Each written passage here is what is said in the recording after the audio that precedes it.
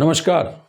आज हम राजस्थान के प्रमुख राजवंशों का पार्ट सेकंड, उनकी सांस्कृतिक उपलब्धियों के बारे में भी पढ़ने वाले हैं। तो स्वागत है आपका टीकम सर हिस्ट्री चैनल पर। और आज की क्लास जो है, मैंने कहा था कि कल की क्लास पर निर्भर करती है। यदि कल जो क्लास इसका पार्ट फर्स्ट किसी ने देखा है तो बहुत अच्छा याद होगा यहाँ पे। और जो है सेकंड पार्ट में हम आज जो है ये पढ़ने वाले हैं राजस्थान के प्रमुख राजा और उनकी उपलब्धियाँ। और खास बात है, लंबा टॉपिक है, बहुत कम प्रश्न आने हैं इसमें से, लेकिन फिर भी जो है एक एक प्रश्न जो है निर्भर करता है। तो अच्छे से शुरू करते हैं। साथ साथ ही कल रात जो है 9 बजे एक टेस्ट 100 प्रश्नों का टेस्ट लेकर के आ रहा हूँ, उसको भी बहुत अच्छे से देखिएगा। परीक्षा उपयोगी है और आपके लिए बहुत लाभदायक सिद्ध होगा मेरे हिसाब से, तो वो ज़रूर देखिएगा। और चलते हैं हम आगे। सबसे पहले हम बात करें तो गुर्जर प्रतिहार वंश। गुर्जर प्रतिहार वंश, प्रतिहार शब्द जो है, प्रतिहार शब्द उसका मतलब होता है द्वारपाल। द्वारपाल, प्रतिहार शब्द का मतलब होता है द्वारपाल। द्वारपाल लक्ष्मण राम के थे, इसीलिए अपने आप को ये लक्ष्मण का वंशज मानते हैं, लक्ष्मण का वंशज मानते हैं। प्रतिहार जो है वो जालौर में रहे, जालौर के भीनमाल में रहे। इसके अलावा प्रतिहार उज्जैन में रहे, उज्जैन में रहे। प्रतिहार मंडौर में रहे, मंडौर में रहे। इसके साथ साथ प्रतिहार मेड़ता में रहे, मेड़ता में रहे प्रतिहार। तो प्रतिहारों के बहुत केंद्र, राजौरगढ़ अलवर में भी रहे, राजौरगढ़ अलवर में भी रहे। यानी प्रतिहार बहुत सारी जगह रहे हैं। और सबसे प्राचीन शाखा जो है प्रतिहारों की, वो मंडौर शाखा थी। प्राचीन शाखा मंडौर शाखा थी। मुहणोत नैन्सी के अनुसार जो है प्रतिहारों की कुल 26 शाखाएं थी। मुहणोत नैन्सी, मारवाड़ रे परगना री विगत लिखने वाला, उसके अनुसार से जो है 26 शाखाएं थी। गुर्जर प्रतिहार 8वीं से 10वीं शताब्दी में रहे हैं। और इनकी जो मंदिर निर्माण शैली है, वो स्थापत्य कला और मंदिर निर्माण की शैली जो है उसको महामारू शैली कहते हैं। महामारू शैली को ही गुर्जर प्रतिहार शैली कहते हैं। गुर्जर प्रतिहारों की मंडौर शाखा सबसे प्राचीन थी, जिसका संस्थापक हरिश्चंद्र था, हरिश्चंद्र था। और हरिश्चंद्र जो है उसको, हरिश्चंद्र जो है उसके बाद आगे चल के मंडौर शाखा से ही आगे निकल के एक भीनमाल शाखा आई। भीनमाल शाखा का संस्थापक जो है वो नागभट्ट प्रथम था, नागभट्ट प्रथम। वैसे भी लक्ष्मण वंशज हैं तो नागभट्ट नाम के राजा इन्हीं के होंगे। विशेष बात सुनिए जो इस वंश की खास, कि यदि कोई भी राजधानी आए तो उसका उत्तर नागभट्ट होगा, मंडौर को छोड़ करके। मंडौर को राजधानी हरिश्चंद्र ने बनाया था। उसके अलावा पूछे उज्जैन को राजधानी किसने बनाया, तो भी नागभट्ट ने। मंडौर को राजधानी, मंडौर को छोड़ के भीनमाल को राजधानी किसने बनाया, तो भी नागभट्ट ने। मेड़ता को भी राजधानी नागभट्ट ने, तो इस नागभट्ट ने मेड़ता को भी राजधानी बनाया था, उज्जैन को भी राजधानी बनाया था। तो नागभट्ट कहीं है, इस कारण से हम सारा कुछ एक ही बात मिला लें कि नागभट्ट ने। तो सीधा सीधा प्रश्न ये भी पूछा जा सकता है कि नागभट्ट नाम का राजा किस वंश में हुआ, तो प्रतिहार वंश में, प्रतिहार वंश में। तो नागभट्ट जो है वो संस्थापक हो गया भीनमाल शाखा का। सबसे प्राचीन शाखा मंडौर शाखा है, 26 शाखाएं थी इसकी। मंडौर शाखा जो है उसका संस्थापक हरिश्चंद्र, तो भीनमाल शाखा का संस्थापक नागभट्ट था। इसके बाद वत्सराज आ गया इसी में, वत्सराज। वत्सराज जो है उसी के समय त्रिपक्षीय संघर्ष हुआ था। कन्नौज को लेकर के 3 पक्षों के बीच में संघर्ष हुआ था। उसमें सबसे पहले उत्तर भारत में तो गुर्जर प्रतिहार थे, उत्तर भारत में गुर्जर प्रतिहार थे। तो दक्षिण भारत में राष्ट्रकूट वंश था, राष्ट्रकूट वंश था। और पूर्व में बंगाल का पाल वंश था, बंगाल का पाल वंश था। विशेष बात है कि यहाँ वत्सराज नाम के राजा ने त्रिपक्षीय संघर्ष शुरू किया, माने गुर्जर प्रतिहारों ने शुरू किया, और अंतिम विजेता भी गुर्जर प्रतिहार रहे। वत्सराज जो है, उस वत्सराज को रणहस्तिन की उपाधि प्राप्त थी, रणहस्तिन की उपाधि प्राप्त थी। वत्सराज के बाद अगला राजा जो है नागभट्ट द्वितीय आ गया था। नागभट्ट द्वितीय जो है उसी ने कन्नौज को पहली बार जीता था।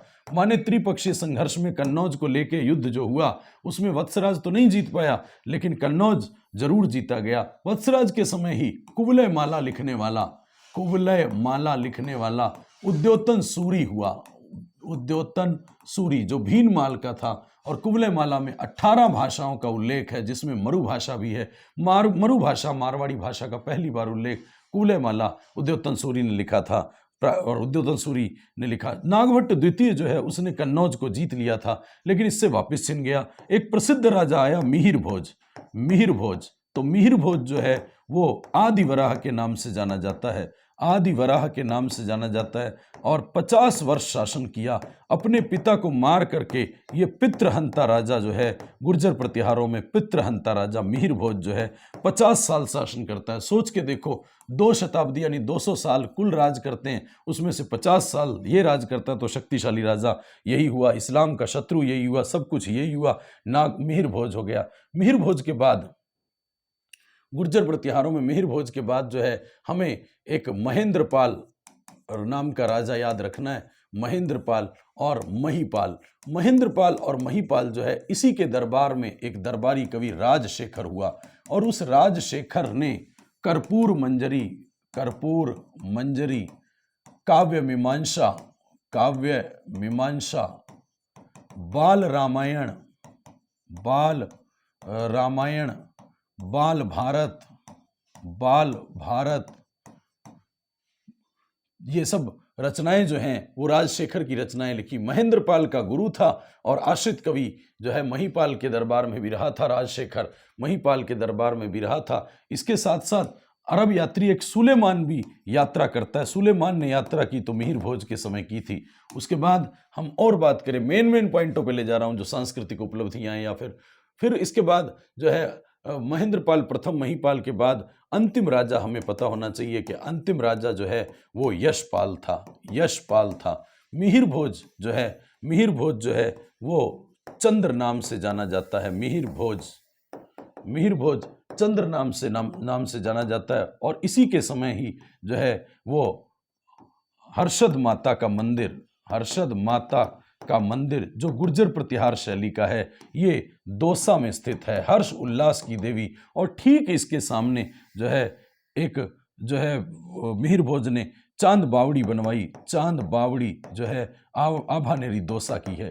तो आभानेरी दौसा की चांद बावड़ी यहाँ कलात्मक बावड़ियों में बहुत इंपॉर्टेंट है। मिहिर भोज जो है वो प्रसिद्ध राजा था। आदिवराह की उपाधि थी मिहिर भोज के पास। तो मिहिर भोज जो है वो यहाँ सबसे प्रसिद्ध राजा। इतना ही हमसे पूछेंगे कि मिहिर भोज किस वंश का राजा था। इसके बाद यशपाल अंतिम राजा हो गया। तो ये गुर्जर प्रतिहारों के विषय में हो गया। गुर्जर प्रतिहारों के बाद हम अगली बात करें तो जो है यहाँ चौहान वंश की बात करें। चौहान वंश में भी हमें सीधा याद रखना चाहिए, चौहानों में सबसे पहले सांभर के चौहान हुए। हमें वो चार्ट पता होना चाहिए। सांभर के चौहानों में सबसे पहला राजा जो है वो वासुदेव चौहान था। और वासुदेव चौहान जो है उसने यहाँ सांभर झील का निर्माण करवाया था। और सांभर को राजधानी बनाया। सांभर या सपादलक्ष के चौहानों की कुल देवी जो है वो सांभर में कुल देवी शाकंभरी देवी कुल देवी है। सांभर जो है उसको राजधानी बनाने वाला वासुदेव चौहान था, संस्थापक है। और ये वासुदेव चौहान ने सांभर झील बनाई। ये बिजौलिया शिलालेख में मिलता है। तो बिजौलिया शिलालेख चौहानों के बारे में जानकारी देता है। और चौहानों के बारे में जानकारी डॉक्टर दशरथ शर्मा अपनी पुस्तक द अर्ली चौहान डायनेस्टी में करता है। अर्ली चौहान डायनेस्टी में दशरथ शर्मा ये पुस्तक में चौहानों के बारे में जानकारी देता है। और चौहानों को दशरथ शर्मा ब्राह्मण वंशीय वत्स गोत्रीय ब्राह्मण बताता है। और वत्स गोत्रीय ब्राह्मण जो है बिजौलिया शिलालेख के हिसाब से बताता है।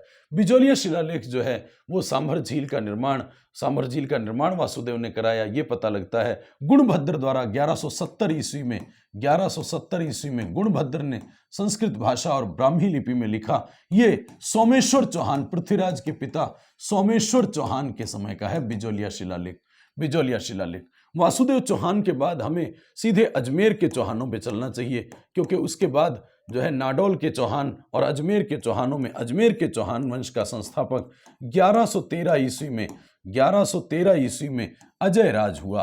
अजय राज ने अजमेर शहर बसाया था और अजमेर को राजधानी बनाया था। अजमेर को राजस्थान का हृदय, राष्ट्रीय राजमार्गों का चौराहा, अंडों की टोकरी राजस्थान का जिब्राल्टर के नाम से जाना जाता है।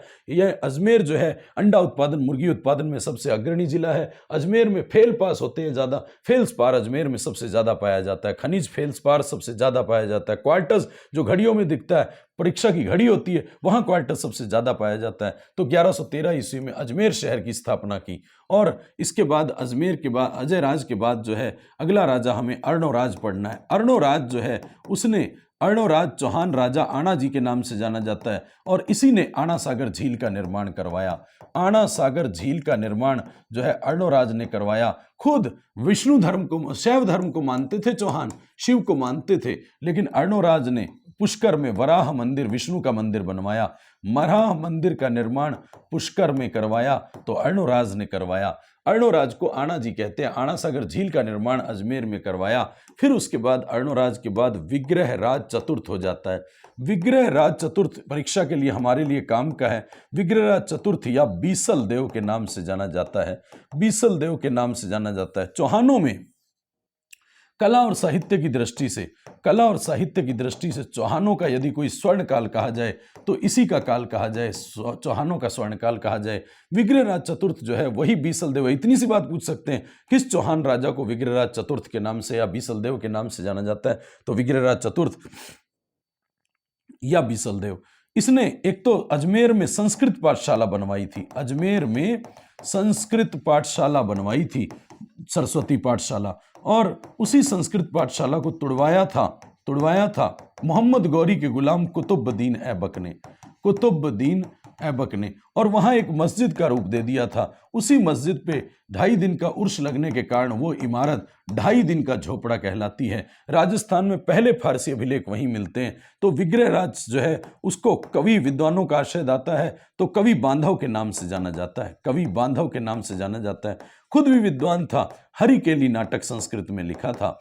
हरिकेली नाटक संस्कृत भाषा में लिखा था विग्रहराज चतुर्थ या बीसल देव ने। विग्रहराज चतुर्थ के दरबार में एक तो सोमदेव अभी आरएएस प्री के पेपर में पूछा गया था, जिसने ललित विग्रहराज लिखा। तो बीसल देव के नाम पे बीसल देव रासो जो है वो नरपति नालह ने लिखा था। विग्रहराज चौहान ही दिल्ली पर राज करने वाला पहला राजा था। दिल्ली को जीतने वाला, राज करने वाला नहीं। दिल्ली जीता था तंवरों से, तो दिल्ली जीता पहली बार विग्रहराज चतुर्थ ने। तो इसके बाद विग्रहराज चतुर्थ के बाद जो है सोमेश्वर चौहान का बेटा पृथ्वीराज चौहान तृतीय आ गया। पृथ्वीराज चौहान तृतीय जो है उसने सबसे पहले 1166 ईस्वी में उसका जन्म हुआ अनहिल पाटन गुजरात में।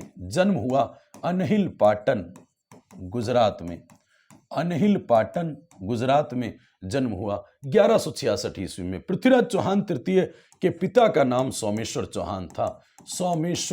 चौहान था और माता का नाम कर्पूरी देवी माता हो गई। 11 वर्ष की आयु में राज्याभिषेक हो गया 1177 ईस्वी में। खास बात है पृथ्वीराज चौहान तृतीय के विषय में कि पृथ्वीराज चौहान तृतीय जो है उसने 1 साल तक अपनी मां के संरक्षण में राज किया। फिर सबसे पहले जो है कुछ यहाँ पड़ोसी राज्यों को जीता। सबसे पहले नागार्जुन के विद्रोह का दमन किया, अपने चचेरे भाई नागार्जुन के विद्रोह का दमन किया, एक जाति भंडनायकों को हराया। इसके अलावा महोबा विजय जो है वो की 1182 ईस्वी में, और बुंदेलखंड के चंदेल राजा परमारादि देव को या परिमल को हराया और उसके 2 सैनिक आला और उदल को मार करके वहां महोबा में पुंजन राय को राजा नियुक्त कर दिया। तो महोबा विजय की थी 1182 ईस्वी में। इसके अलावा गुजरात के चालुक्य राजा सोलंकी राजा भीम द्वितीय को हराया था। यहाँ इच्छनी देवी का प्रकरण था। तो कन्नौज के गहड़वाल वंश के राजा, कन्नौज के गहड़वाल वंश के राजा जयचंद को हरा करके, जयचंद को हरा करके उसकी पुत्री संयोगिता से विवाह किया था, संयोगिता से विवाह किया था। संयोगिता जो है वो उससे विवाह किया तो जयचंद ने मोहम्मद गौरी को बुलाया था। मोहम्मद गौरी को भारत में किसने बुलाया?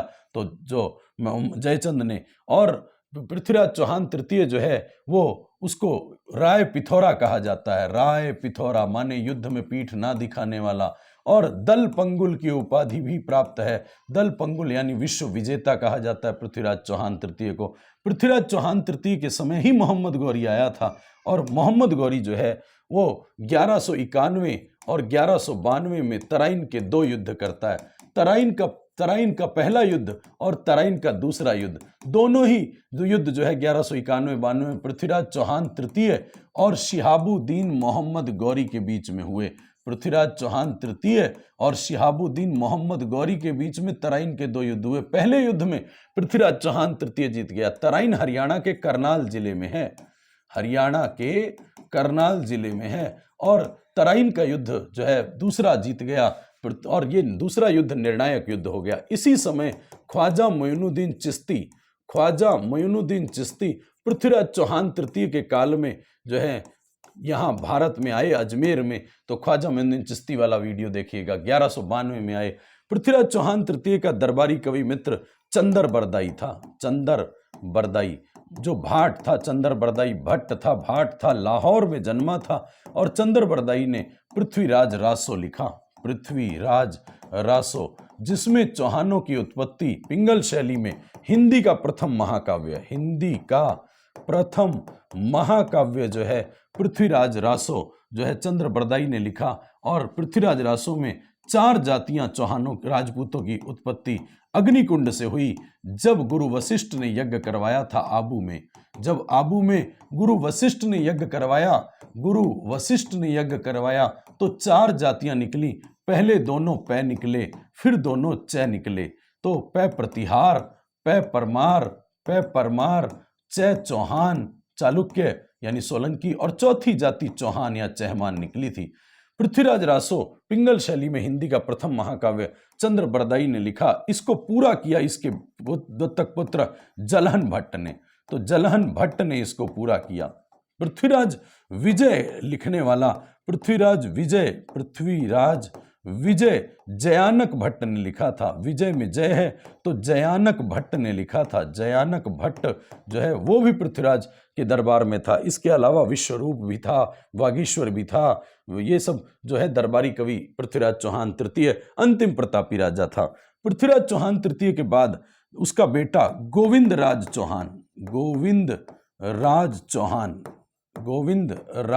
चौहान चला गया रणथंबोर में चौहान वंश का संस्थापक। और रणथंबोर में उसी कुल में आगे जाकर के एक हमीर देव चौहान हमीर हठी हुआ, उसका वीडियो पड़ा है अलग से, अवश्य देखिएगा। अब हम चलते हैं चौहानों के बाद रणथंबोर के चौहान, जालौर के चौहान, इनके वीडियो पड़े हैं तो इनको अवश्य देखिएगा। चौहान वंश भी पूरा होता है, गुर्जर प्रतिहार। अब है राठौड़ वंश। राठौड़ वंश आपको पता है कि जोधपुर में मारवाड़ में राठौड़ वंश रहा। मारवाड़ में राठौड़ वंश का संस्थापक राव सिहा था, जिसको आदि पुरुष कहते हैं। राव सिहा आदि पुरुष के नाम से जाना जाता है, राठौड़ वंश का आदि पुरुष माना जाता है। उसके बाद राव सिहा के बाद राव चूड़ा आ गया जिसने मंदौर को राजधानी बनाया। मंदौर उत्तर भारत का एकमात्र रावण मंदिर है। और मंदोदरी राजस्थान में मंदौर की रहने वाली थी, रावण का ससुराल था। इसीलिए मंदौर में दशहरा मेला नहीं मनाया जाता। मंदोदरी मंदौर की थी। तो राव चूड़ा ने मंदौर को राजधानी बनाया, तो मंदौर प्रारंभिक राजधानी हो गई। लेकिन आगे चल के राव जोधा, रणमल का बेटा राव जोधा यहाँ आ गया। हम सारे राजा नहीं पढ़ रहे हैं, हम मेन बात उपलब्धियां जिनकी हैं। राव जोधा जो है उसने 50 वर्ष शासन किया। अभी हमने पढ़ा गुर्जर प्रतिहारों में मिहिर भोज ने शासन किया 50 वर्ष। अब 50 वर्ष जो है वो जो है 50 वर्ष राव जोधा ने राज किया। राव जोधा ने के विषय में एक सन काम का है 1459। और 1459 में राव जोधा ने दो काम किए। एक तो जोधपुर नगर बसा करके उसको राजधानी बनाया, सूर्य नगरी सन सिटी को राजधानी बनाया, और साथ साथ में जोधपुर नगर बसाया 1459 में, और मेहरानगढ़ किले की नींव करणी माता के हाथों से रखवाई।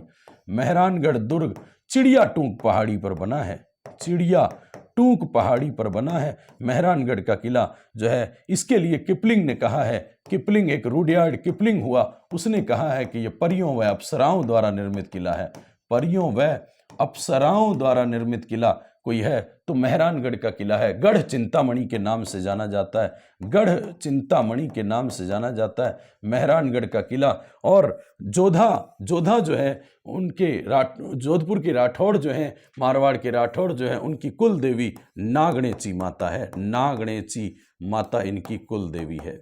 गौर करते रहें, प्रतिहारों की कुल देवी जो है वो चामुंडा देवी है और इनकी कुल देवी नागणेची माता है। तो मेहरानगढ़ का किला बनवाया और एक जोधपुर नगर की स्थापना की। जोधपुर को सूर्य नगरी कहते हैं, सन सिटी कहते हैं, मरुस्थल का प्रवेश द्वार कहते हैं। और जोधपुर में जय जय होती है जय नारायण व्यास की। तो एक वीडियो जय नारायण व्यास का बहुत अच्छा पड़ा है, बहुत अच्छी ट्रिक है उसके अंदर भी, तो आप उसको भी अवश्य देखिएगा। तो जय नारायण व्यास जो है, जोधपुर में जय जय होती है जय नारायण व्यास की। जोधा के बाद जो हम बात करें, राव जोधा के बाद जो है सीधा हम चलते हैं राव जोधा के पुत्रों पर। और राव जोधा का एक पुत्र राव बीका जो है वो बीकानेर चला गया। उसके पुत्र की बात करें तो राव बीकानेर जांगल प्रदेश 1465 ईस्वी में जांगल प्रदेश जीता था करणी माता के आशीर्वाद से। और 1488 में राती घाटी में बीकानेर शहर बसाया था। बीकानेर शहर की स्थापना जो है राती घाटी में की थी राव बीका ने। तो जोधा का एक पुत्र तो बीका था, एक था सांतल की याद में ही घुड़ला नृत्य मनाया जाता है। मारवाड़ में घुड़ला नृत्य मनाया जाता है। जब मारवाड़ में घुड़ला नृत्य होता है तो मारवाड़ में चक्का जाम हो जाता है। माने चैत्र कृष्ण अष्टमी को घुड़ला नृत्य मनाया जाता है। तो घुड़ला नृत्य जो है, घुड़ले खां और मल्लू खां ने मारवाड़ की कन्याओं का अपहरण कर लिया था। तो फिर सांतल को भेजा था जोधा ने और घुड़ले खां मल्लू खां मारे गए और मारवाड़ की कन्याओं ने घुड़ले खां का तीरों से छिद्रित सिर ला करके मारवाड़ में घुमाया। उस दिन से प्रसिद्ध हुआ मारवाड़ का घुड़ला नृत्य। मारवाड़ में जब घुड़ला नृत्य होता है तो मारवाड़ में चक्का जाम हो जाता है, यानी चैत्र कृष्ण अष्टमी को होता है। इसके अलावा जोधा का एक बेटा सूजा भी था, लेकिन हम बात करते हैं फिर उसके बाद राव गांगा की। राव गांगा था तो उधर सांगा था, मतलब मेवाड़ में राणा सांगा था। गांगा ने खानवा के युद्ध 1527 में राणा सांगा की सहायता की थी खानवा के युद्ध में। और अपने बेटे मालदेव को भेजा था। मालदेव हमारे कोर्स में है, मालदेव को भेजा था। मालदेव बोले तो 31 दूना 62 और 3162 वर्ग किलोमीटर क्षेत्रफल में फैला है हमारे राष्ट्रीय मरु उद्यान, जो राजस्थान का क्षेत्रफल की दृष्टि से सबसे बड़ा अभ्यारण्य है। सबसे बड़ा अभ्यारण्य जैसलमेर और बाड़मेर जिले में फैला है। तो मालदेव गया था खानवा के युद्ध में, मारवाड़ सेना का नेतृत्व करने, सहायता की थी गांगा ने। मालदेव के विषय में करें बात तो मालदेव हमारे सिलेबस में नाम से है राव मालदेव जो है वो 1531 से 1562 तक का समय रहा। अपने पिता गांगा को मार करके आया, इसीलिए पितृहंता राजा कहते हैं। मारवाड़ का पितृहंता, जैसे गुर्जर प्रतिहारों में मिहिर भोज था, वैसे ही ये यहाँ पितृहंता राजा मालदेव है। मालदेव जो है पितृहंता राजा, हिंदू बादशाह कहा जाता है इसको, हिंदू बादशाह कहा जाता है, हशमत वाला राजा कहा जाता है, हशमत वाला राजा कहा जाता है, पुरुषार्थी राजकुमार कहा जाता है, हशमत वाला राजा कहा जाता है, 52 युद्धों का विजेता कहा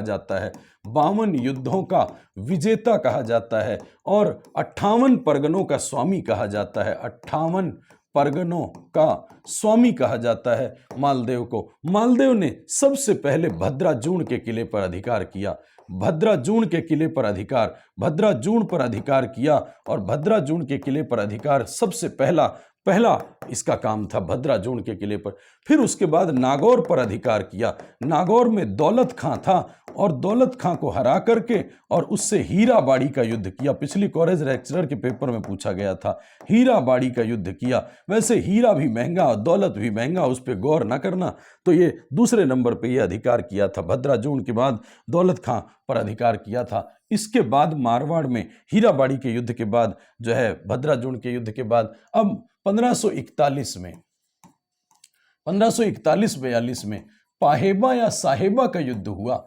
पाहेबा या साहेबा का युद्ध हुआ और पाहेबा या साहेबा के युद्ध में राव जैतसी जो है बीकानेर का राव जैतसी जो है उसको मार दिया। बीकानेर के राव जैतसी को मार दिया और बीकानेर पर अधिकार कर लिया। मालदेव ने बीकानेर पर अधिकार कर लिया। तो मालदेव और जैतसी के बीच में युद्ध हुआ था। सोचो, जब जैतसी को मारा है तो उसका बेटा कल्याणमल और साथ साथ में एक मेड़ता का बीरमदेव, ये दोनों विरोधी हो जाएंगे क्योंकि बीरमदेव से भी लागडाट थी। ये दोनों विरोधी हो जाएंगे और ये शेरशाह सूरी का साथ देंगे। तो ठीक 1544 में, अच्छा, कभी मालदेव ने उदय सिंह की भी सहायता की थी। मालदेव ने जब उदय सिंह को बनवीर मारने आ रहा था तो बनवीर और उदय सिंह के बीच में जब युद्ध हुआ तो मेवाड़ की सहायता की थी। सोचो, मालदेव ने गांगा के कहने पर सांगा की सहायता की मेवाड़ वालों की, तो सांगा के बेटे उदय सिंह की भी सहायता की थी। 1542 के बाद 1544, 5 जनवरी 1544 को गिरी सुमेल युद्ध हुआ। सुमेलगिरी का युद्ध कह दीजिए यहाँ, और सुमेलगिरी युद्ध जैतारण का युद्ध भी कहते हैं। और इस युद्ध में जो है मालदेव के दो सैनिक जैता और कूपा मारे गए। जैता और कूपा ने यह युद्ध किया था शेरशाह सूरी के साथ, और शेरशाह सूरी जो है उसने, अफगान राजा शेरशाह सूरी ने कहा था कि एक मुट्ठी भर बाजरे के लिए मैं हिंदुस्तान की बादशाहत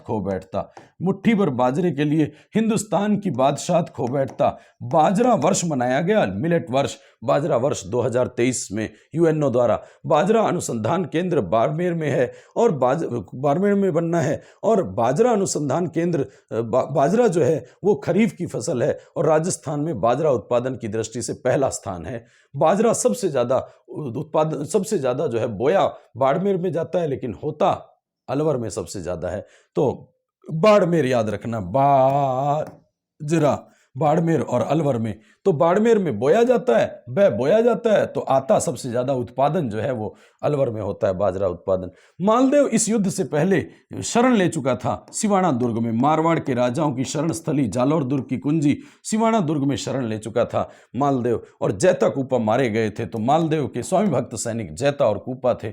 मालदेव की पत्नियों के बारे में बात करें तो एक सौरूपदे थी। सौरूपदे का ही बेटा था चंद्रसेन, झाली रानी स्वरूपदे, उसी का बेटा था चंद्रसेन, और उसके कहने पर प्रिय पत्नी थी, उसी के कहने पर आगे चंद्रसेन को राजा बना दिया गया था। तो उसकी एक पत्नी उमादे, जैसलमेर के राव लूणकरण की पुत्री उमादे, जो उससे रूठ करके रूठी रानी के नाम से जानी जाती है। ये तारागढ़ दुर्ग में, गढ़बीठी दुर्ग राजस्थान का जिब्राल्टर, अरावली का अरमान, राजपुताना की कुंजी, पूर्व का दूसरा जिब्राल्टर, अजयमेरू दुर्ग भी कहा जाता है तारागढ़ दुर्ग को। तारागढ़ दुर्ग बीठड़ी की पहाड़ी पर बना है। तारागढ़ दुर्ग गढ़बीठी राजस्थान का जिब्राल्टर, अरावली का अरमान, राजपुताना की कुंजी, पूर्व का दूसरा जिब्राल्टर, अजयमेरू दुर्ग के नाम से भी जाना जाता है तारागढ़ दुर्ग। और एक तारागढ़ बूंदी में भी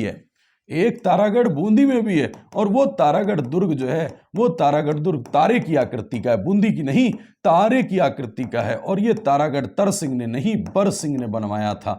ये बूंदी का तिलिस्मी किला तारागढ़, जिसके बारे में किपलिंग कहता है कि मानव द्वारा नहीं प्रेतों द्वारा निर्मित है, और किपलिंग मेहरानगढ़ दुर्ग के लिए कहता है परियों और अप्सराओं द्वारा निर्मित किला है। तो उमादे को रूठी रानी कहा जाता है। रूठी रानी तारागढ़ दुर्ग में रही थी, रूठ करके, आजीवन रूठ के। और जब मालदेव 1562 में 7 नवंबर 1562 को जब मालदेव की मृत्यु हो गई तो रूठी रानी पगड़ी के साथ सती हो गई, और इसे अनुमरण प्रथा कहते हैं।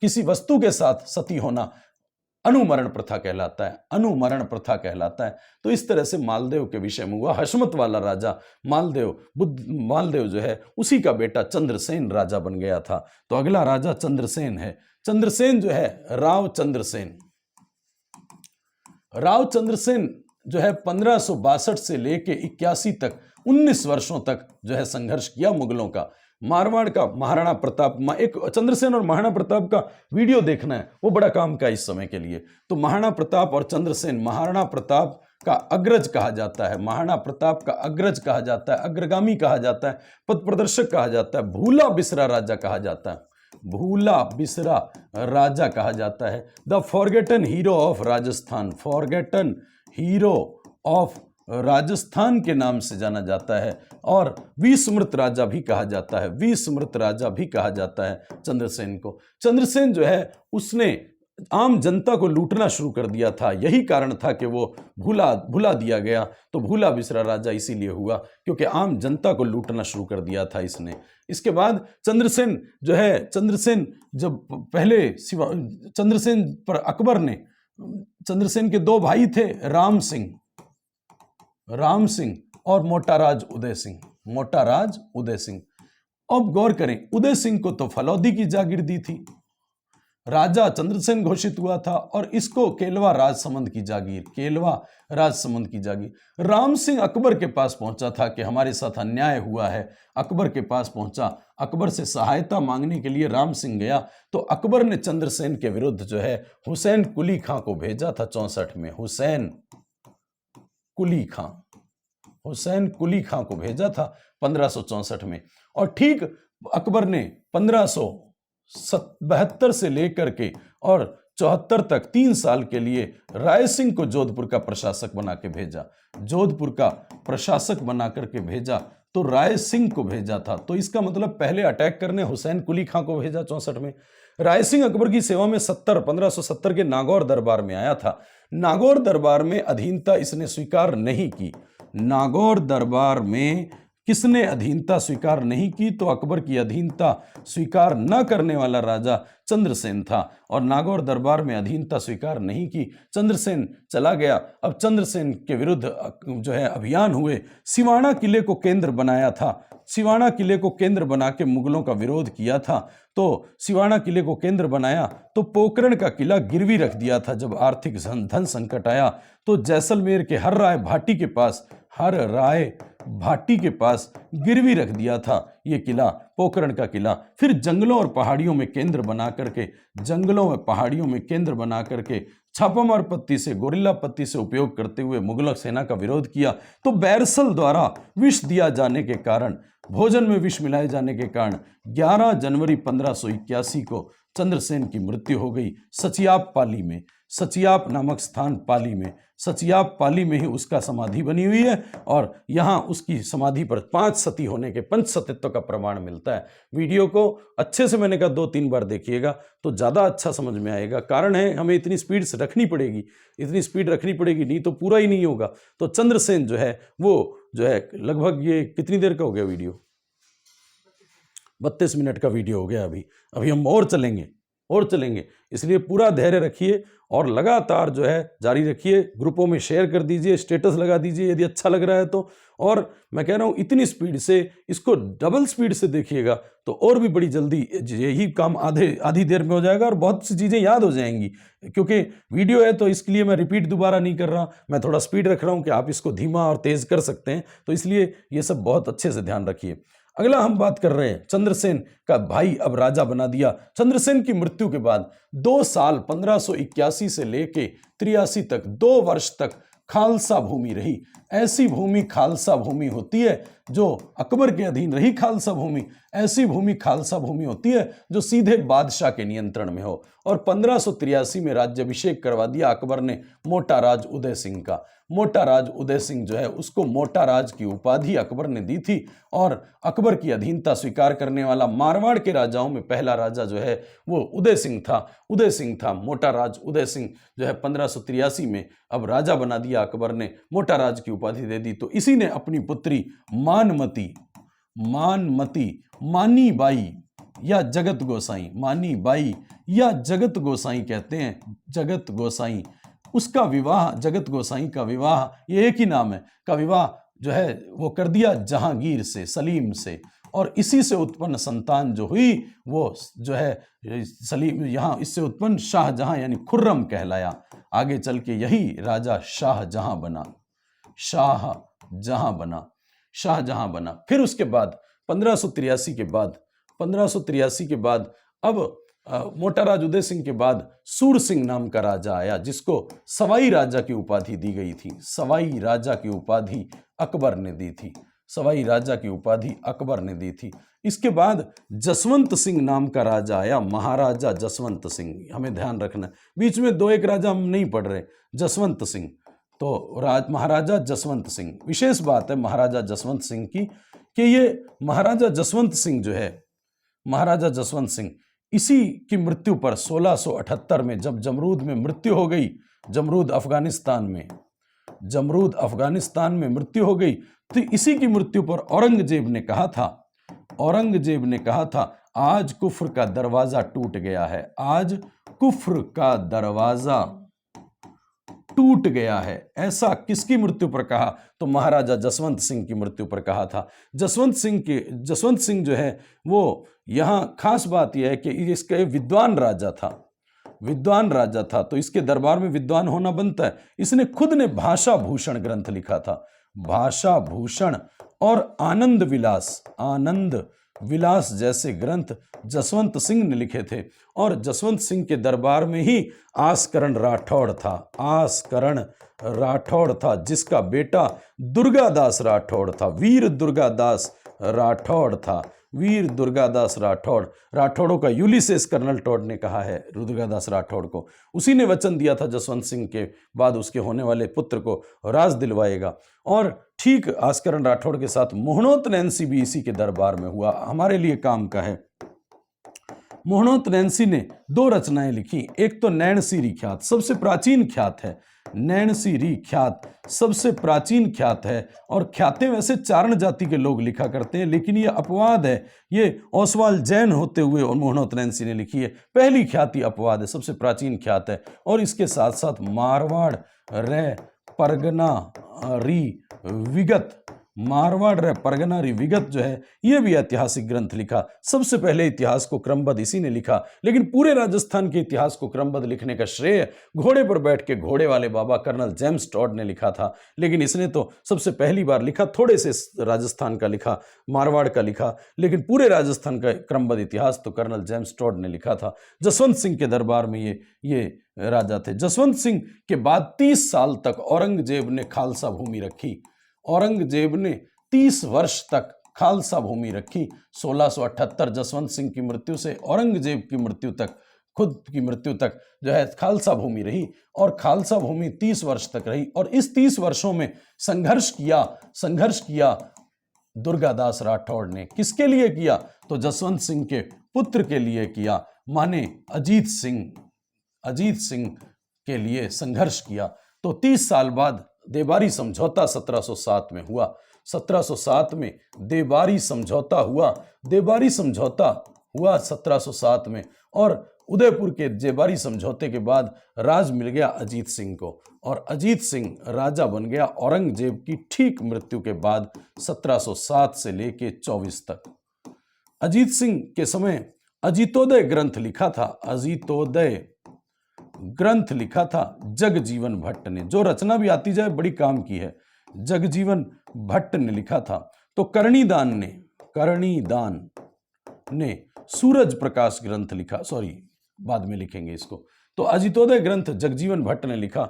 अजीत सिंह जो है वो, अजीत सिंह की बाद में दुर्गादास राठौड़ से बिगड़ जाती है, तो दुर्गादास राठौड़ को मेवाड़ भेज जाना पड़ता है।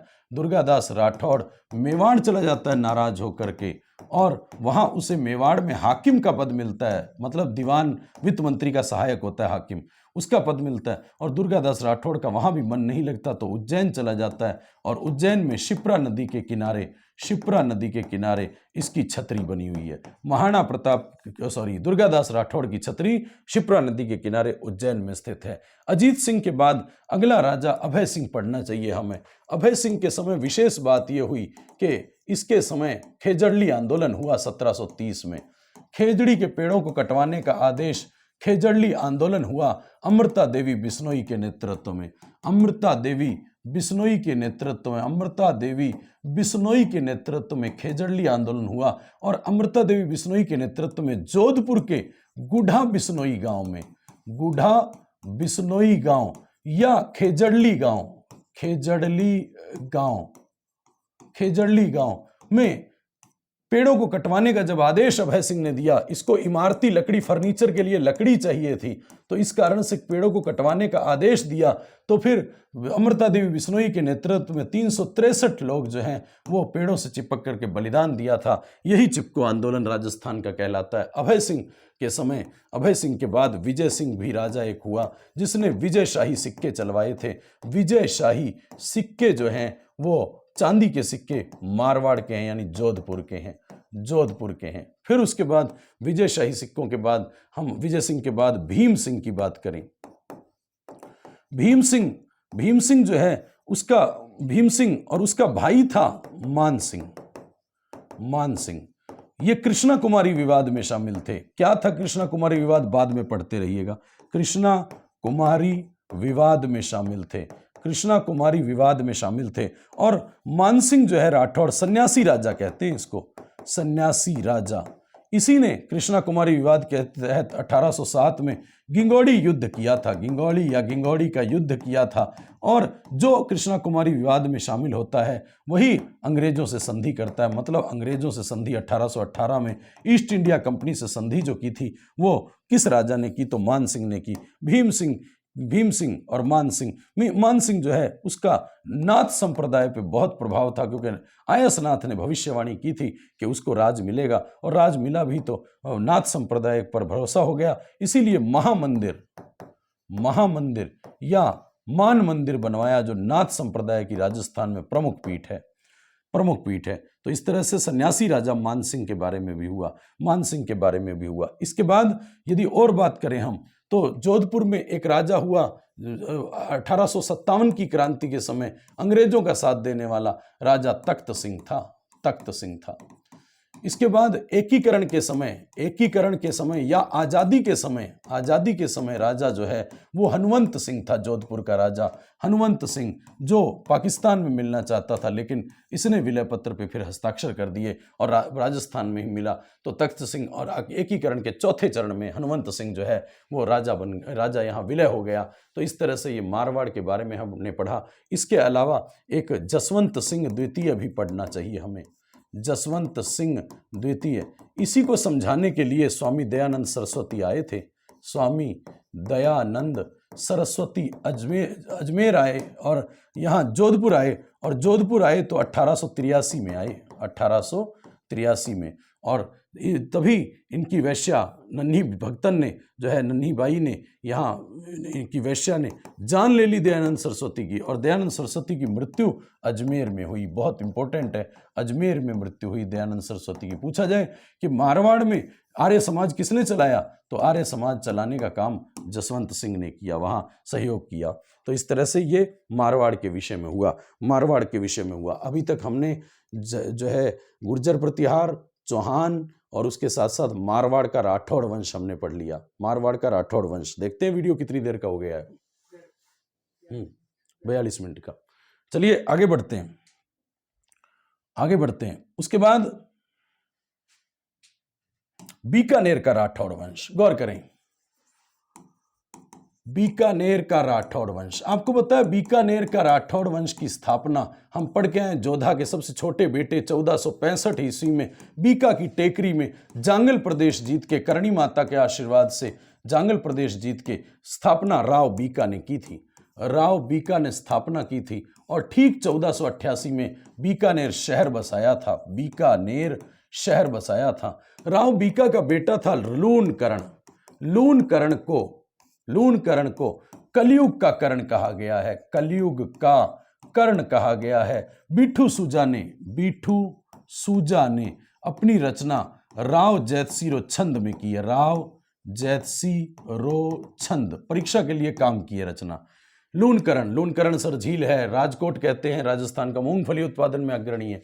फिर उसके बाद जो है मूंगफली उत्पादन में अग्रणी है। फिर उसके बाद लूनकरण के बाद राव जैतसी आ गया। अभी हम पढ़ के आए थे, मालदेव ने 1541-42 में पाहेबा या साहेबे के युद्ध में पाहेबा या साहेबा युद्ध फालोदी में स्थान है, फलौदी में स्थान है, और पाहेबा या साहेबा का युद्ध किया जिसमें बीकानेर पर अधिकार कर दिया, बीकानेर पर अधिकार किया, जैतसी को मारा भी, जैतसी को मार करके। तो जैतसी का बेटा कल्याणमल अगली बार शेरशाह सूरी का साथ देगा, वो हमने पिछले टॉपिक में पढ़ा था। जैतसी के बाद कल्याणमल आ गया, राव कल्याणमल, और उसने एक तो खानवा के युद्ध में साथ दिया, जैतसी ने भेजा तो खानवा के युद्ध में जैसे गांगा ने सांगा की सहायता की, वैसे खानवा के युद्ध में बीकानेर से कल्याणमल गया। और नागौर दरबार जब अकबर ने लगाया, चंद्रसेन ने अधीनता स्वीकार नहीं की, तब नागौर दरबार में अपने 2 पुत्रों के साथ पहुंचा था कल्याणमल। एक तो बड़ा बेटा राय सिंह और छोटा बेटा पृथ्वीराज राठौड़, जिसको पीथल के नाम से जाना जाता है। वेली कृष्ण रुक्मणी री, ये रचना जो है ये पृथ्वीराज राठौड़ की डिंगल शैली में है। तो राय सिंह आ गया, अगला राजा राय सिंह आ गया। अब राय सिंह के विषय में बात करें तो राय सिंह जो है उसको राजपुताने का कर्ण कहा जाता है। 1574 से लेकर के और 1574 से लेकर 1612 तक रहा, और 1612 में मृत्यु हुई बुरहानपुर में मृत्यु हो गई। राजपुताने का कर्ण कहा जाता है। 1541 में जन्म हुआ था इसका, और 1570 में अकबर की सेवा में नागौर दरबार में अपने पिता के साथ पहुंचा था, अकबर की सेवा में पहुंचा था। और हम पढ़ के आए हैं 1572 से लेकर 74 तक अकबर ने इसको जोधपुर का प्रशासक बना के भेजा था, चंद्रसेन के विरुद्ध जोधपुर प्रशासक बना के भेजा था। तो ठीक 1500 यहाँ 74 के बाद अब 1573 के दौरान काठौड़ी का युद्ध इसने किया, काठौड़ी युद्ध जो है किया था, और गुजरात के मिर्जा बंधुओं के साथ युद्ध हुआ। अकबर और मानसिंह साथ गए थे, मिर्जा बंधुओं के साथ युद्ध किया था, काठौड़ी का युद्ध। ठीक उसके बाद 1583 में एक युद्ध और किया, और वो जो है दत्तानी का युद्ध था। दत्तानी युद्ध जो है उसमें महाराणा प्रताप के भाई जगमाल जो है वो मारा गया था। तो राय सिंह के साथ ये दत्तानी का युद्ध जो हुआ उसमें जगमाल की हत्या हो गई, जगमाल मारा गया। राय सिंह जो है उसको राजपुताने का कर्ण कहा जाता है, राजपुताने का कर्ण। और ये राजपुताने का अबुल फजल तो मोहनोतनैंसी है, और राजपुताने का कर्ण मुंशी देवी प्रसाद ने कर्ण कहा है राजपुताने का इसको, राय सिंह को राजपुताने का कर्ण मुंशी देवी प्रसाद ने कहा है, और मुंशी देवी प्रसाद ने राजपुताने का अबुल फजल मोहनोतनैंसी को कहा है। ये काम की बात हो जाती है। राय सिंह जो है उसने एक तो बीकानेर में जूनागढ़ का किला बनवाया, जूनागढ़ दुर्ग बनवाया, और जूनागढ़ की जागीर अकबर ने इसको 1593 में दी थी। 1593 में जूनागढ़ की जागीर राय सिंह को दी थी। जूनागढ़ का किला बनवाया। इसके साथ साथ यहाँ चित्रकला की शुरुआत भी होती है। राय सिंह के समय चित्रकला शुरू होती है। बीकानेर चित्रकला शैली की शुरुआत राय सिंह के समय हुई, और पहला चित्रकला ग्रंथ भागवत पुराण पे राय सिंह के समय मिलता है। भागवत पुराण पर पहला चित्रकला ग्रंथ मिलता है राय सिंह के समय। राय सिंह जो है 1612 में बुरहानपुर में मृत्यु हुई। अकबर और जहांगीर 2 की सेवा में रहा राय सिंह। अकबर ने इसको 4000 मनसबदारी दी, तो जहांगीर ने 5000 मनसबदारी दी। मतलब जहांगीर का पहला विश्वास पात्र था तो अकबर का दूसरा, और अकबर का पहला मानसिंह था, आपको पता हो तो अकबर और जहांगीर 2 राजाओं की सेवा में रहा। मुगल दरबार का स्तंभ कहा जाता है राय सिंह को। राय सिंह के बाद करण सिंह आ गया था। करण सिंह जो है राय सिंह के बाद वैसे तो राजा अगला दलपत सिंह को बनाया गया था राजा, लेकिन उसके बाद हमें जो पढ़ना है वो राय सिंह के बाद अब करण सिंह पढ़ना है। करण सिंह के समय 1644 में मतीरे की राड़ हुई थी, और ये नागौर के अमर सिंह राठौड़ के साथ हुई थी।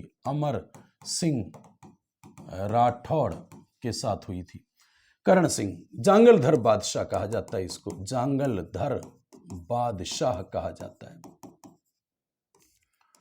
फिर उसके बाद करण सिंह के बाद अगली हम बात करें, करण सिंह के बाद अगली बात करें तो फिर जो है हमें अनूप सिंह पता होना चाहिए। अनूप सिंह के समय जो है उस्ता कला आई थी, ये आपके लिए बड़ा काम का है। उस्ता कला, ऊंट की खाल पर जो है सोने का चित्रांकन करना, उस्ता कला बीकानेर की प्रसिद्ध है।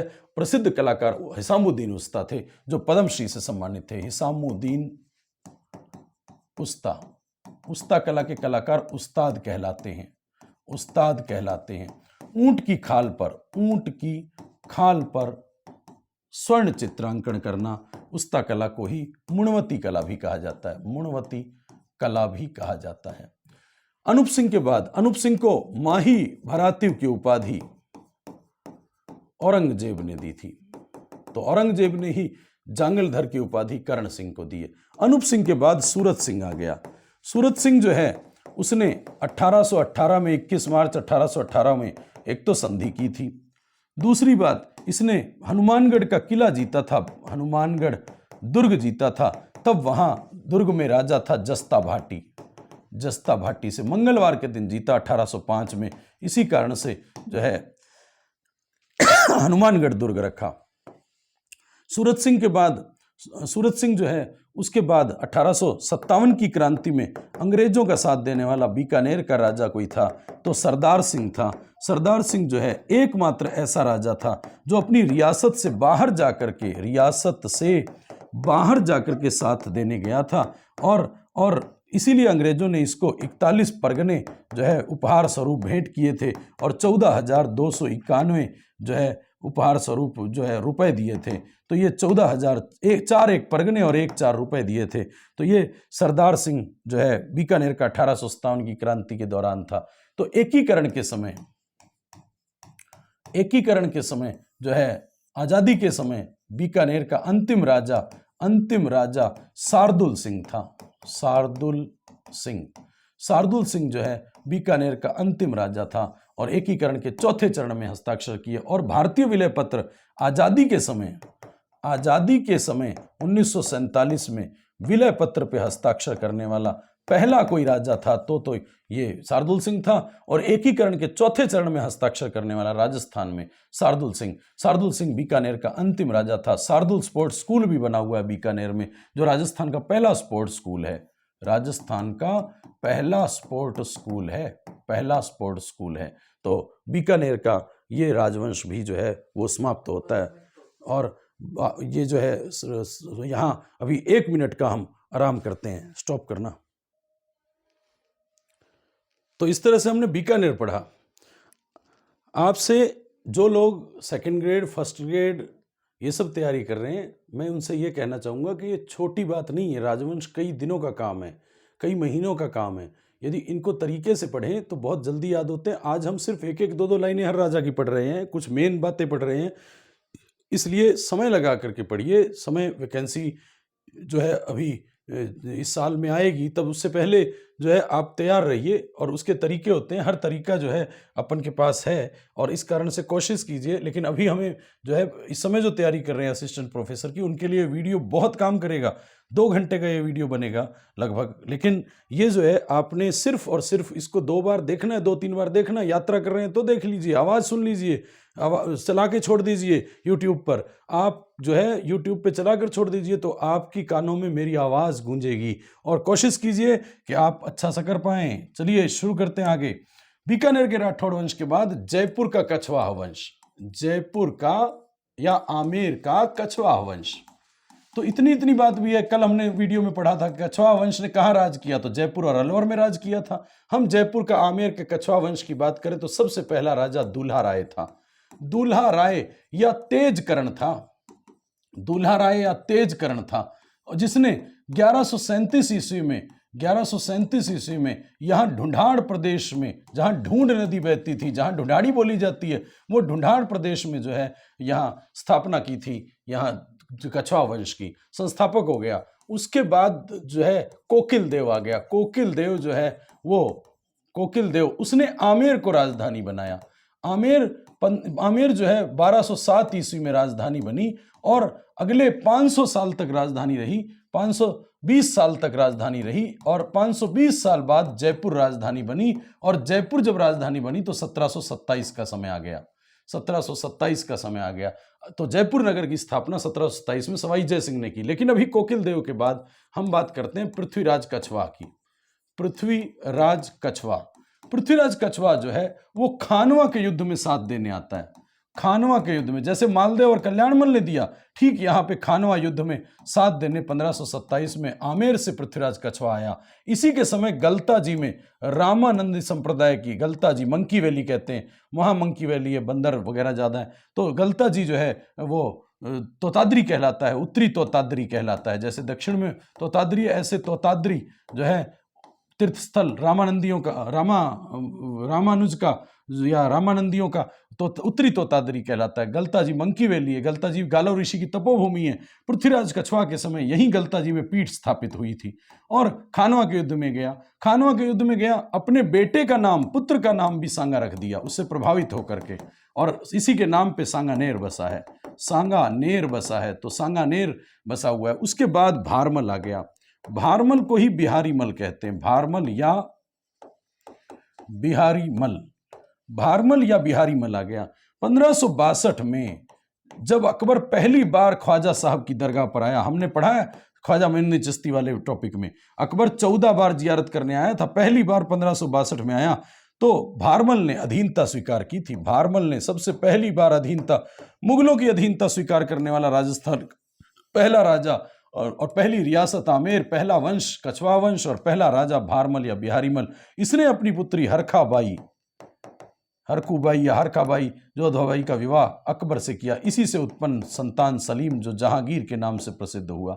तो बिहारीमल, राजा भारमल को राजा की उपाधि अकबर ने दी थी।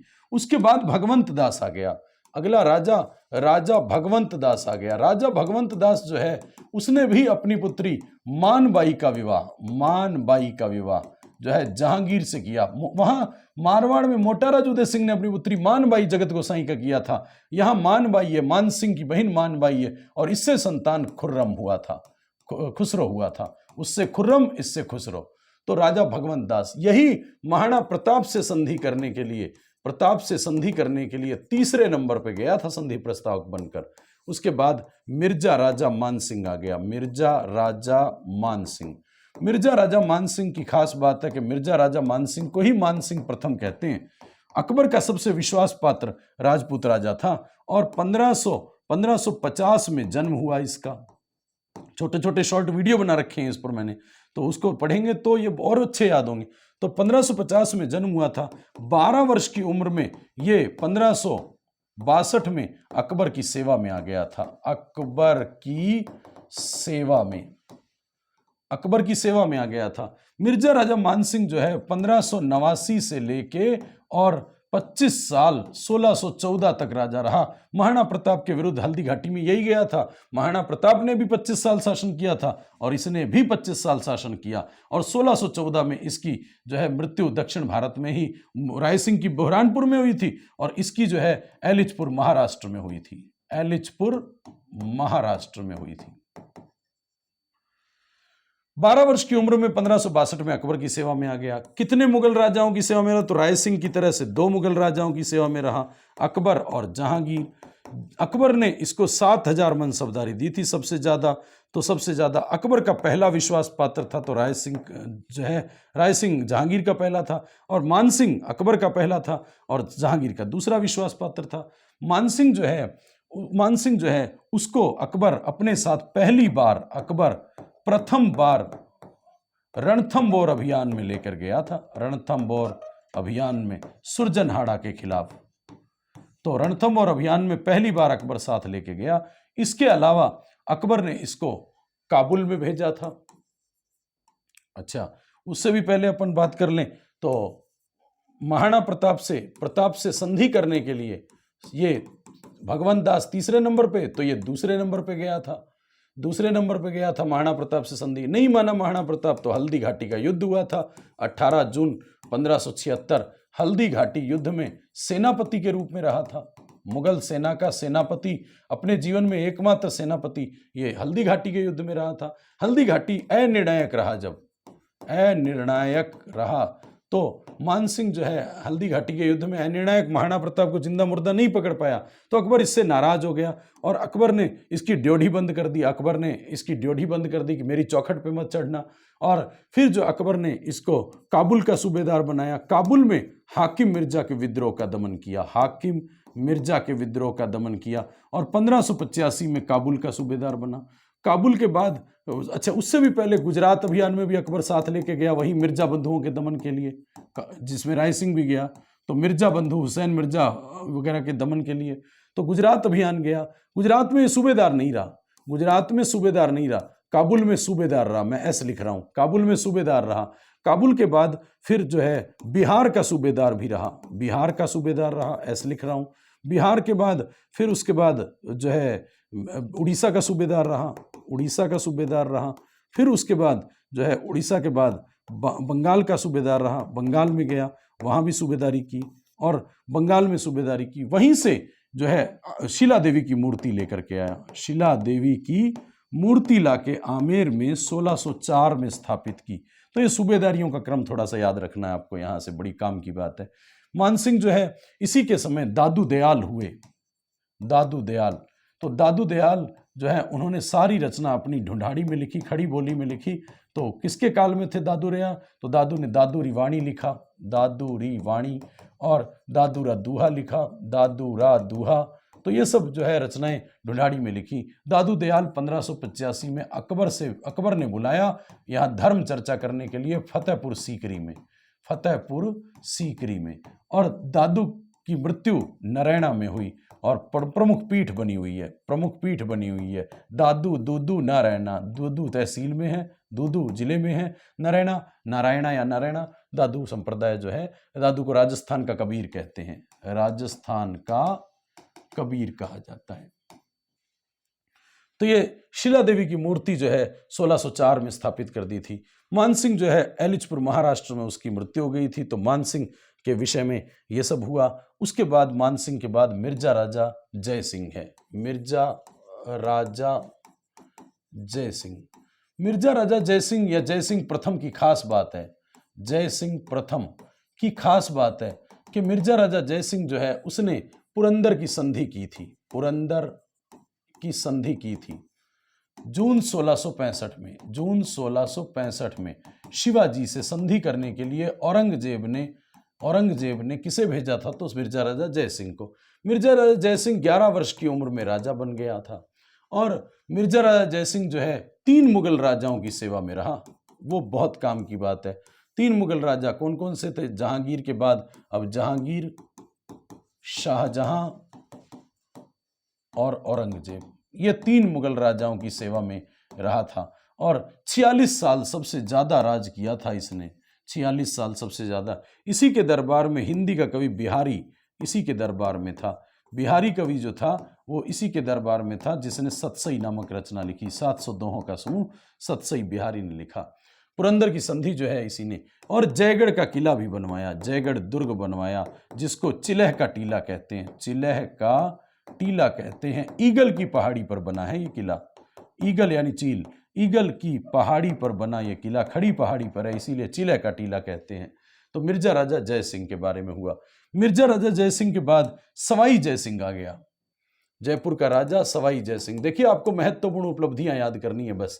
तो सवाई जय सिंह आप 2-3 बार सुन लेंगे तो एक सामान्य अनुमान भी लगने लग जाएगा। सवाई जय सिंह, सवाई जय सिंह 1700 से लेके 1743 तक रहा।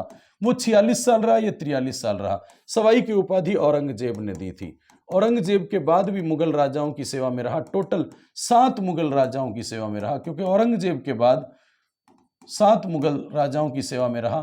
छोटे छोटे राजा बहुत हुए और इसी के समय मोहम्मद शाह रंगीला भी हुआ, मोहम्मद शाह रंगीला इसी के समय राजा हुआ, जिससे तख्ते ताउश, मयूर सिंहासन वगैरह छीन के ले गया नादिर शाह।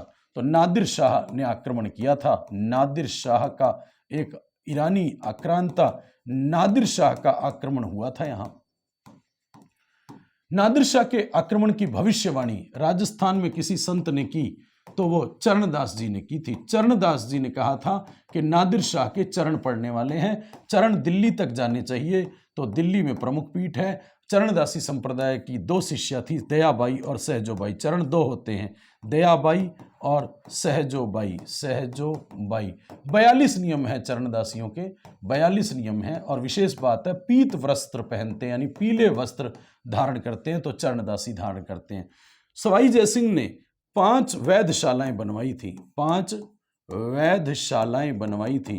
तो वैधशालाएं बनवाई, उसमें दिल्ली, उज्जैन, मथुरा, वाराणसी और जयपुर थी। वाराणसी और जयपुर थी। जयपुर स्थित वैधशाला जंतर मंतर 2010 से विश्व धरोहर सूची में, यूनेस्को की विश्व धरोहर सूची में शामिल है। जंतर मंतर जयपुर में सबसे बड़ी सूर्य घड़ी सम्राट यंत्र है। सम्राट यंत्र एक ऊंचाई मापने का राम प्रकाश यंत्र है, राम ऊंचे होने चाहिए, राम प्रकाश यंत्र है। तो अक्षांशों की स्थिति मापने का जय प्रकाश यंत्र है। तो आराम से इसको पढ़ते रहिएगा। सम्राट यंत्र सूर्य घड़ी है। 5 वैधशालाएं बनवाई सवाई जयसिंह ने। सवाई जयसिंह जो है वो आधुनिक चाणक्य कहते हैं सवाई जयसिंह को, आधुनिक चाणक्य कहते हैं सवाई जयसिंह को। तो राजनीतिज्ञ था, कूटनीतिज्ञ था, और इसी ने जयसिंह कारिका ये ज्योतिष ग्रंथ लिखा था जयसिंह कारिका। और साथ साथ में अपने समकालीन मोहम्मद शाह रंगीला के नाम पे जीज मोहम्मद शाही एक ग्रंथ लिखा जो नक्षत्रों की सारणी पर आधारित था। नक्षत्रों की सारणी पर आधारित जो है जीज मोहम्मद शाही ग्रंथ अपने समकालीन मोहम्मद शाह रंगीला के नाम पे लिखा था। तो ये सवाई जयसिंह 1743 में जो है रक्त विकार, ब्लड कैंसर से इसकी मृत्यु हो गई थी, रक्त विकार से मृत्यु हो गई। जयपुर के राजाओं की छतरियां जो हैं वो गैटोर की छतरियां जयपुर के राजाओं की छतरियां हैं, जयपुर के राजाओं की छतरियां। इसके बाद यदि और हम बात करें तो अगला राजा ईश्वरी सिंह आ जाता है। ईश्वरी सिंह जो हमें ज़्यादा नहीं पढ़ना। ईश्वरी सिंह के बाद माधव सिंह आ जाता है। इसी माधव सिंह ने ईश्वरी सिंह ने ईसरलाट बनाई थी। ईसरलाट को सरगासूली भी कहते हैं, सरगासूली, त्रिपोलिया बाजार जयपुर में। इसी से इसने आत्महत्या की थी, इसीलिए इसकी छतरी जयपुर की गैटोर की छतरियों में नहीं है। माधव सिंह प्रथम ने सवाई माधोपुर नगर बसाया था, सवाई माधोपुर नगर बसाया था। तो सवाई माधोपुर नगर की स्थापना 1763 में की थी। उसके बाद माधव सिंह के बाद अगला हम बात करें तो माधव सिंह के बाद अगला राजा सवाई प्रताप सिंह था। सवाई प्रताप सिंह का काल विद्वान राजा था। प्रताप सिंह का काल चित्रकला का स्वर्ण काल था। आमेर चित्रकला शैली जिस पे मुगलों का सबसे पहले प्रभाव पड़ा, क्योंकि मुगलों की अधीनता सबसे पहले इन्होंने स्वीकार की, तो यहाँ इसका चित्रकला शैली, आमेर चित्रकला शैली का स्वर्ण काल जो है प्रताप सिंह का काल था। प्रताप सिंह के समय विद्वान राजा था, तो ये ब्रजनिधि नाम से कविताएं लिखता था। और इसके दरबार में 22 विद्वानों की मंडली थी, जिसको गंधर्व बाईसी कहते थे। सीधे सीधे हमने अपने अभ्यास करना है 2-3 बार, अपने आप आ जाएगा। गंधर्व बाईसी कहते थे। इसी के समय 1799 में ऐतिहासिक सांस्कृतिक उपलब्धियों में हवा महल बना था। हवा महल कृष्ण जी के मुकुट की आकृति का है, और बिना नींव के पत्थरों को जोड़ करके बनाया गया यह हवा महल। 953 खिड़कियां हैं हवा महल में, 953 खिड़कियां हैं हवा महल में। हवा महल का शिल्पी लालचंद उस्ता था। हवा महल जो है गणगौर और तीज की सवारियों को देखने के लिए, महिलाओं को देखने के लिए ये जयपुर में ये इसलिए जो है हवा महल बनाया गया था, झरोखे बनाए गए थे। तो हवा महल हो गया सवाई प्रताप सिंह द्वारा बनाया हुआ। सवाई प्रताप सिंह जो है इसी के दरबार में चित्रकार साहिब राम था, जिसने आदमकद चित्र बनाया था ईश्वरी सिंह का। आदमकद चित्र ईश्वरी सिंह का चित्र बनाया था। तो ये सवाई प्रताप सिंह के बारे में हुआ। सवाई प्रताप सिंह के बाद अगला राजा जगत सिंह द्वितीय हुआ। जगत सिंह द्वितीय, जयपुर का जगत सिंह द्वितीय ने ही कृष्णा कुमारी विवाद में रहा। जयपुर का बदनाम राजा कहते हैं, और कृष्णा कुमारी विवाद में था, और जो कृष्णा कुमारी विवाद में शामिल होता है वो अंग्रेजों से संधि करता है। फिर उसके बाद सवाई राम सिंह आ गया था, सवाई राम सिंह द्वितीय।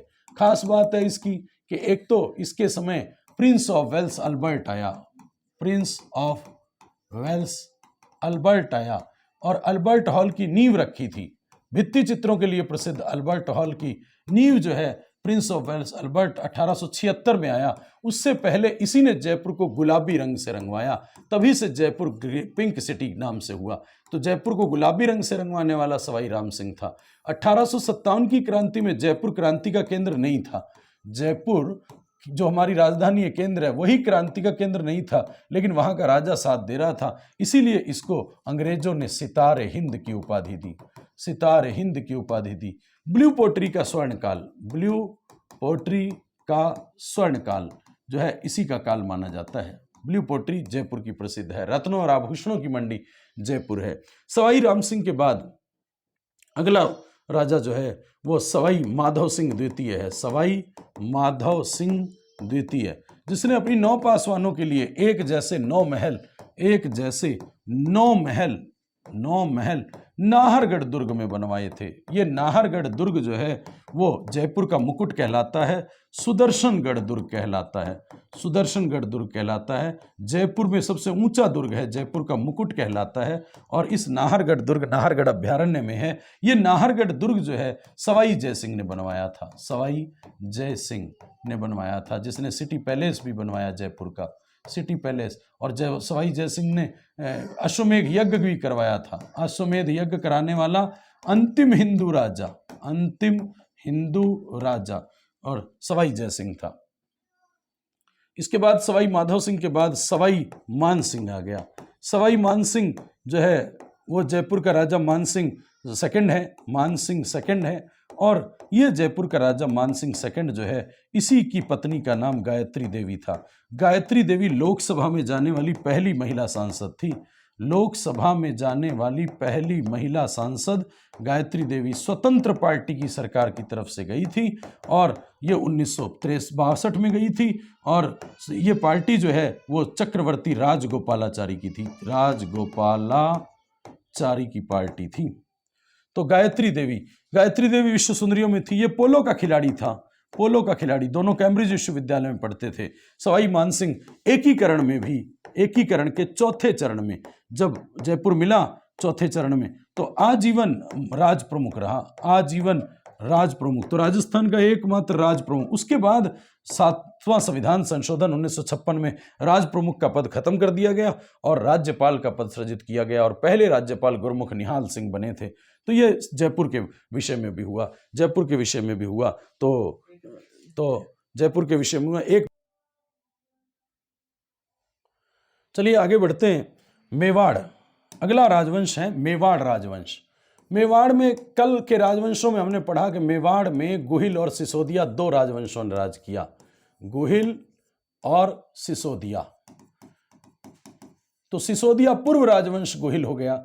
गुहिल वंश में रावल की उपाधि हुआ करती थी, यहां राणा और महाराणा की उपाधि हुआ करती थी, राणा और महाराणा की उपाधि हुआ करती थी। मेवाड़ को मेदपाट कहा जाता है, प्रागवाट कहा जाता है, शिवी जनपद कहा जाता है, शिवी जनपद कहा जाता है। और शिवी जनपद राजस्थान में चित्तौड़गढ़ वाली साइड था, और शिवी जनपद की राजधानी मध्यमिका या मध्यमिका कहलाती है। मध्यमिका या मध्यमिका को वर्तमान में नगरी कहते हैं, और नगरी चित्तौड़गढ़ में स्थित है, नगरी चित्तौड़गढ़ में स्थित है। मेवाड़ में गुहिल वंश या रावल वंश ने राज किया। इस वंश में सबसे पहला राजा गुहादित्य हुआ। तो गुहिल वंश का संस्थापक गुहादित्य हो गया। 565 ईस्वी में गुहिल वंश की स्थापना कर दी। उसके बाद प्रसिद्ध राजा बप्पा रावल हो गया। बप्पा रावल जो है वो हारित राशि की गाय चराया करता था। कालभोज के नाम से जाना जाता है बप्पा रावल को, बप्पा रावल को कालभोज के नाम से जाना जाता है। बप्पा रावल हारित राशि की गाय चराया करता था, हारित राशि की गाय चराया करता था। एकलिंगनाथ मंदिर का निर्माण बप्पा रावल ने किया।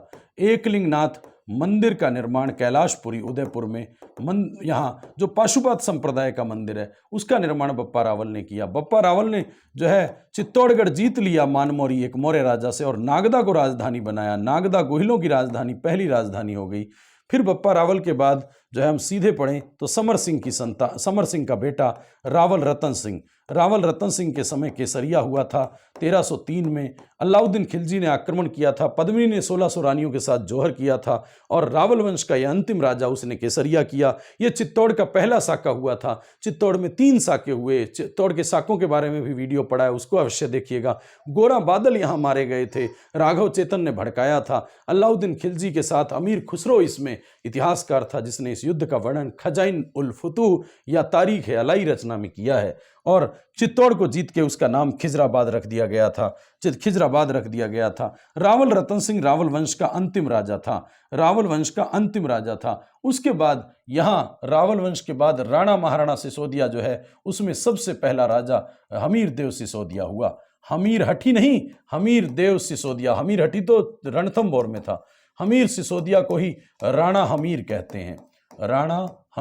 हैं। तो सिसोदिया वंश का संस्थापक राणा हमीर था, संस्थापक हो गया। इसी को विषम घाटी पंचानन लिखा गया है। विषम घाटी पंचानन माने सिंह, तो युद्ध में सिंह के समान विपरीत परिस्थितियों, विषम परिस्थितियों में सिंह के समान नजर आने वाला, इसको मेवाड़ का उद्धारक कहते हैं। मेवाड़ का उद्धारक, यदि ये ना होता तो आगे वंश ना चलता। और 1326 ईस्वी में इसने 13 दूना 26 ईस्वी में इसने स्थापना की यहाँ हमीर में सिसोदिया वंश की। सिसोदियों की कुल देवी बाण माता है, जो हमने कल भी पढ़ा था। चलिए, हमीर देव सिसोदिया हो गया पहला राजा। दूसरा राजा सिसोदिया वंश में राणा लाखा हो गया। राणा लाखा लक्ष्य सिंह। इसी के समय पिछोला झील और जावर खान खोदी गई थी। पिछोला झील उदयपुर में है और जावर खान भी उदयपुर में है। शीशे जस्ते की प्रसिद्ध जावर खान की खुदाई उदयपुर में, शीशे दोनों ही उदयपुर में है। और शीशे जस्ते की, शीशा जस्ता जो है जहां मिलता है वहां चांदी भी मिलता है। शीशे जस्ते जुड़वा खनिज की जावर खान और पिछोला झील छितरमल बंजारे ने खोदी। छितरमल बंजारे ने लाख रुपए के लाखा के समय 2 चीजें खोदी गई, जावर खान और पिछोला झील। लाखा का काल समृद्ध काल था। लाखा के बाद जो है अब राणा मोक्कल आ गया। लाखा का बेटा हंसाबाई की संतान राणा मोक्कल आ गया। मोक्कल का ही बेटा था राणा कुंभा। हमें पता होना चाहिए राणा कुंभा के विषय में। राणा कुंभा का शासनकाल 1433 से लेके 68 तक का था। 33 दूना 66 बोलेंगे और 68 कर देंगे तो चलेगा। कुंभा का काल, कुंभा अभिनव भट्टाचार्य था। पहले उसकी उपाधियां हैं। कुंभा अभिनव भट्टाचार्य की उपाधि थी, यानी संगीत का शौकीन था। कुंभा में हर गुण थे। अब कोई भी उपाधि आए तो कुंभा की है। जैसे अभिनव भट्टाचार्य था, संगीत का विद्वान था। कुंभा जो है अभिनव भट्टाचार्य था, राजगुरु था, छाप गुरु था, हाल गुरु था, शैल गुरु था, गिरिदुर्गों का स्वामी, नंदीश्वर की उपाधि, शिव धर्म का अनुयायी और सब उपाधियां थी। अभिनव भट्टाचार्य बड़ी इंपॉर्टेंट उपाधि है। और हाल गुरु भी कहते हैं। गिरिदुर्गों का स्वामी यानी हाल गुरु। राजस्थान में 84 गिरिदुर्ग में से 32 गिरिदुर्ग कुंभा ने बनवाए, इसीलिए हाल गुरु कहा जाता है। ऐसा कविराज श्यामल दास ने कहा है। कविराज श्यामल दास जिसने वीर विनोद ग्रंथ लिखा था।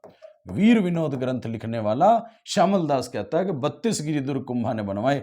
तो कुंभा की पहले उपलब्धियां हैं राजगुरु, छाप गुरु, हाल गुरु, राणा रासो, नंदनंदीश्वर, नाटक राज करता और जो है बहुत सारी उपाधियां हैं इसकी। फिर उसके बाद इस पहला स्टेप उपाधियों का हो गया, फिर युद्ध और संधियों का हो गया। 1437 में इसने सारंगपुर का युद्ध किया और सारंगपुर युद्ध विजय के बाद ही 1440 से 48 के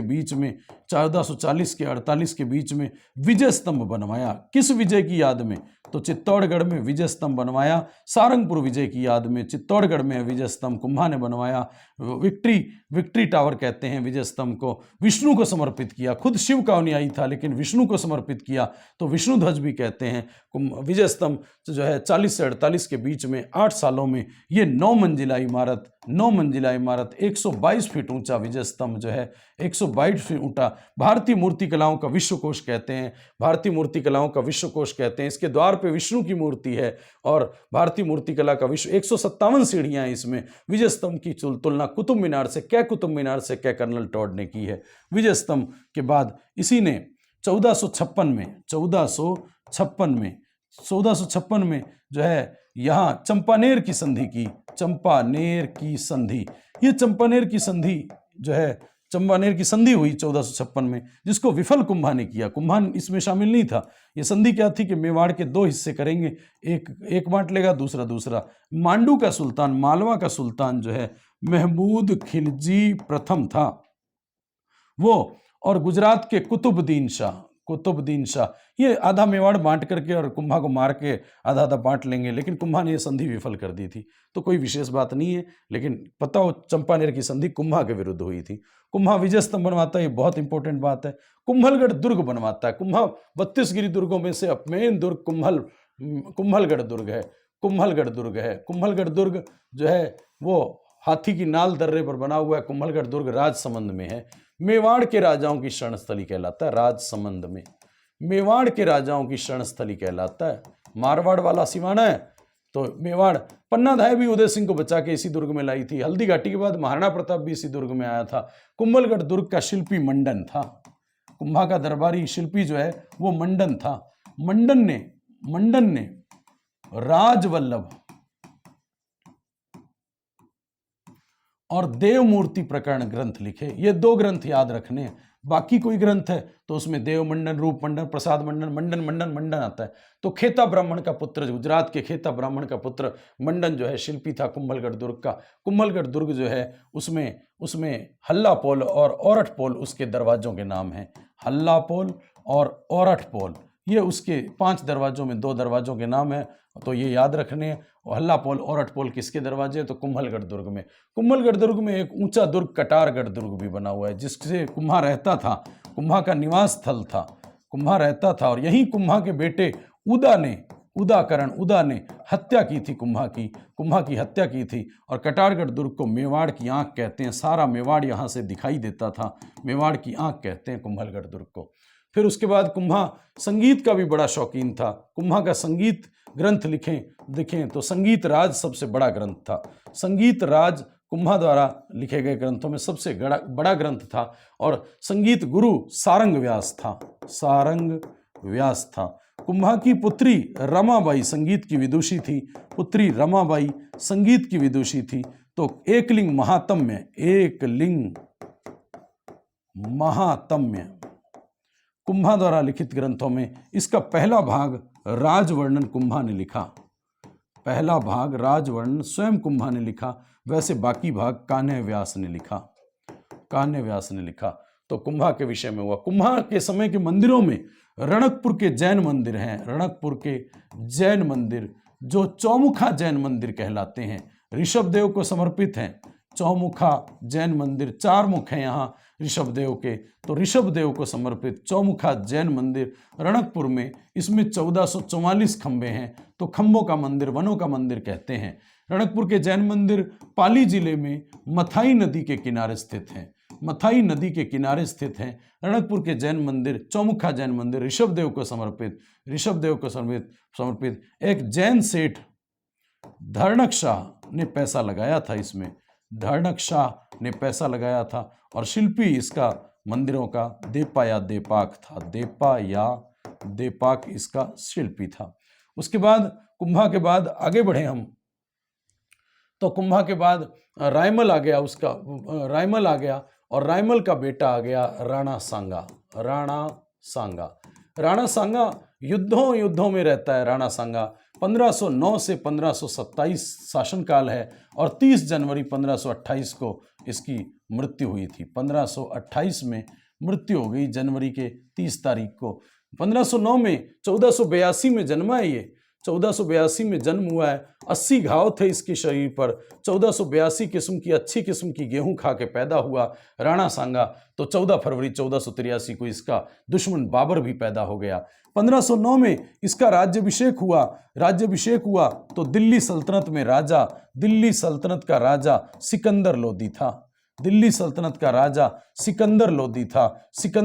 था। लेकिन राणा सांगा के सारे युद्ध इब्राहिम लोदी से हुए हैं। तो राणा सांगा और इब्राहिम लोदी के बीच में सबसे पहले खातौली का युद्ध हुआ। खातौली कोटा में है। खातौली युद्ध हुआ, खातौली कोटा में है। इस युद्ध में राणा सांगा जीत गया। अगले ही साल 1517 में खातौली का युद्ध हुआ और 1518 में अगले ही साल इब्राहिम लोदी के साथ फिर युद्ध जीत गया। ये युद्ध बाड़ी का युद्ध था। बाड़ी युद्ध धौलपुर में हुआ। बाड़ी युद्ध धौलपुर में हुआ और ये 1518 में हुआ। ठीक 1519 में मालवा के महमूद खिलजी द्वितीय के साथ, कुम्भा ने महमूद खिलजी प्रथम से किया था, ये महमूद खिलजी द्वितीय के साथ मांडू के सुल्तान के साथ जो है युद्ध हुआ। ये गागरौन का युद्ध हुआ और गागरौन का युद्ध जो हुआ वो झालावाड़ में हुआ, झालावाड़ में हुआ और ये युद्ध 1519 में हुआ। इसी बीच में पानीपत का युद्ध हो गया। पानीपत का युद्ध हरियाणा में हुआ। पानीपत हरियाणा में है और यह युद्ध बाबर और राणा सांगा के बीच में हुआ। इब्राहिम लोदी और बाबर के बीच में हुआ। इब्राहिम लोदी और बाबर के बीच में हुआ। इब्राहिम लोदी मारा गया, बाबर जीत गया, मुगल सत्ता की नींव रख दी। अब बाबर को रोकने वाला कोई था तो राणा सांगा था। तो अगले ही साल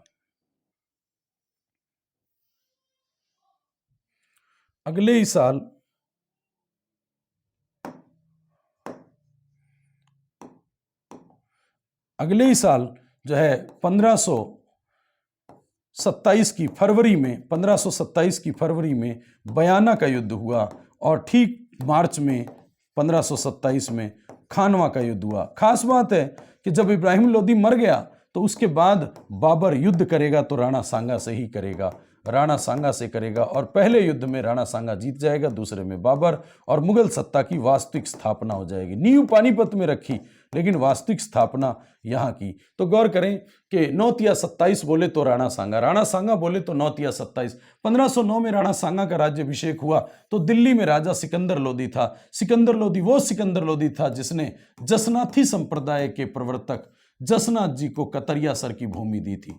500 बीघा भूमि कतरिया सर की दी थी बीकानेर में, और राजस्थान में कतरिया सर की प्रमुख पीठ जसनाथ जी प्रवर्तक हैं और इनका अग्नि नृत्य होता है और अग्नि नृत्य में फतेह फतेह बोला जाता है। फतेह फतेह बोला जाता है। फायरे फायरे नहीं बोलते, फायरे फायरे भीलों का रणघोष है। फायरे फायरे भीलों का रणघोष है। भील युद्ध में जाते हैं तो फायरे फायरे बोलते हैं, लेकिन फतेह फतेह बोला जाता है अग्नि नृत्य में। तो गौर करें, अग्नि नृत्य बीकानेर के कतरिया सर नाथ संप्रदाय का जसनाथियों का है और जो है भील जो हैं वो यहाँ फायरे फायरे बोलते हैं, जबकि फतेह फतेह अग्नि नृत्य में फायरे फायरे नहीं बोला जाता, क्योंकि फायर पे चलते चलते फायरे फायरे नहीं बोला जाता है। तो यहाँ खातौली से खानवा तक 17 से 27 तक के युद्ध हैं। पहले युद्ध पानीपत का युद्ध देखो कॉमन है, पानीपत का युद्ध कॉमन है। पानीपत के युद्ध से पहले वाले राणा सांगा इब्राहिम लोदी से करता है 2 युद्ध और 2 युद्ध बाबर से करता है। पहले वाला पानीपत का बीच में एक गागरौन का युद्ध है। तो सब युद्ध आपको याद रखने चाहिए और हर युद्ध में राणा सांगा जीतता है, सिर्फ एक खानवा के युद्ध को छोड़ करके, बाकी सब में जीतता है। राणा सांगा जो है मुस्लिम सत्ता का विरोधी था, इंपॉर्टेंट है। बाबर का विरोधी था, इब्राहिम लोदी का विरोधी था। तो किसने अफगान और मुस्लिम सत्ता दोनों का विरोध किया? तो वो सांगा था और बाबर का भी विरोध किया है। और अफगान सत्ता, इब्राहिम लोदी अफगानी थे न कि तुर्क, तो अफगानियों का भी विद्रोह किया है। तो ये सब जो है राणा सांगा के विषय में हुआ। राणा सांगा के बाद अगला राजा रतन सिंह आ गया। उसका बेटा रतन सिंह अहेरिया उत्सव में मारा गया। अहेरिया उत्सव बूंदी में होता है, अहेरिया उत्सव, उसमें मारा गया था। बूंदी के अहेरिया उत्सव में राणा सांगा के मृत्यु के बाद 10 वर्ष में 3 राजा शासन करते हैं। रतन सिंह आ गया, उसके बाद विक्रमादित्य आ गया जिसने मीराबाई को जहर दिया था। विक्रमादित्य आ गया जिसके समय जो है रानी कर्णावती ने जौहर किया था। कर्णावती ने चित्तौड़ के साके में दूसरा साका था और कर्णावती ने जब गुजरात के बहादुर शाह ने आक्रमण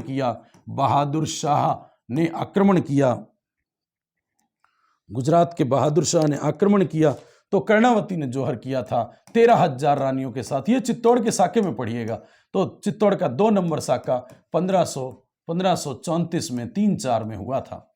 तो विक्रमादित्य इस समय था। विक्रमादित्य के बाद उसको मार के दासीपुत्र बनवीर आ गया था और दासीपुत्र बनवीर ने राज किया और फिर उस बनवीर को मार करके उदय सिंह वापिस आया। उदय सिंह आ गया अब उदय सिंह जिसको पन्नाधाय लेके गई, बनवीर जब उदय सिंह को मारना चाहता था तो आपको पन्नाधाय का पता है, पन्नाधाय ने अपने पुत्र चंदन का बलिदान दिया और एक पत्तल चुगने वाले कीरत बारी की सहायता से, पत्तल चुगने वाले कीरत बारी की सहायता से पन्नाधाय ये यहाँ से निकाल के ले गई अपने उदय सिंह को और ले गई कौन से दुर्ग में, तो मेवाड़ के राजाओं की शरणस्थली कुंभलगढ़ दुर्ग में, वहाँ ले गई उदय सिंह को।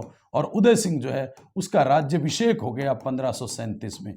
जैसे ही महाराणा प्रताप वहाँ कुंभलगढ़ में पैदा हुआ, कटारगढ़ कुंभलगढ़ में, कटारगढ़ कुंभलगढ़ दुर्ग में महाराणा प्रताप का जन्म, उदय सिंह के पुत्र का जन्म हो गया 1540, 9 मई 1540 को। वैसे ही उदय सिंह ने बनवीर को मार करके 1540 में अब राज करना शुरू कर दिया।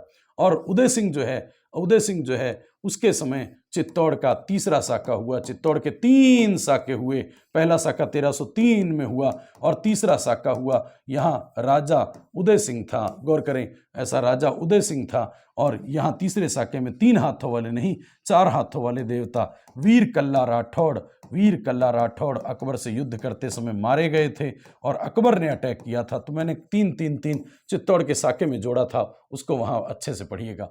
उदय सिंह गोगुंदा के जंगलों में उदय सिंह जो है, उदयपुर में गोगुंदा की पहाड़ियाँ, गोगुंदा नामक स्थान है, वहीं उदय सिंह की मृत्यु हो गई।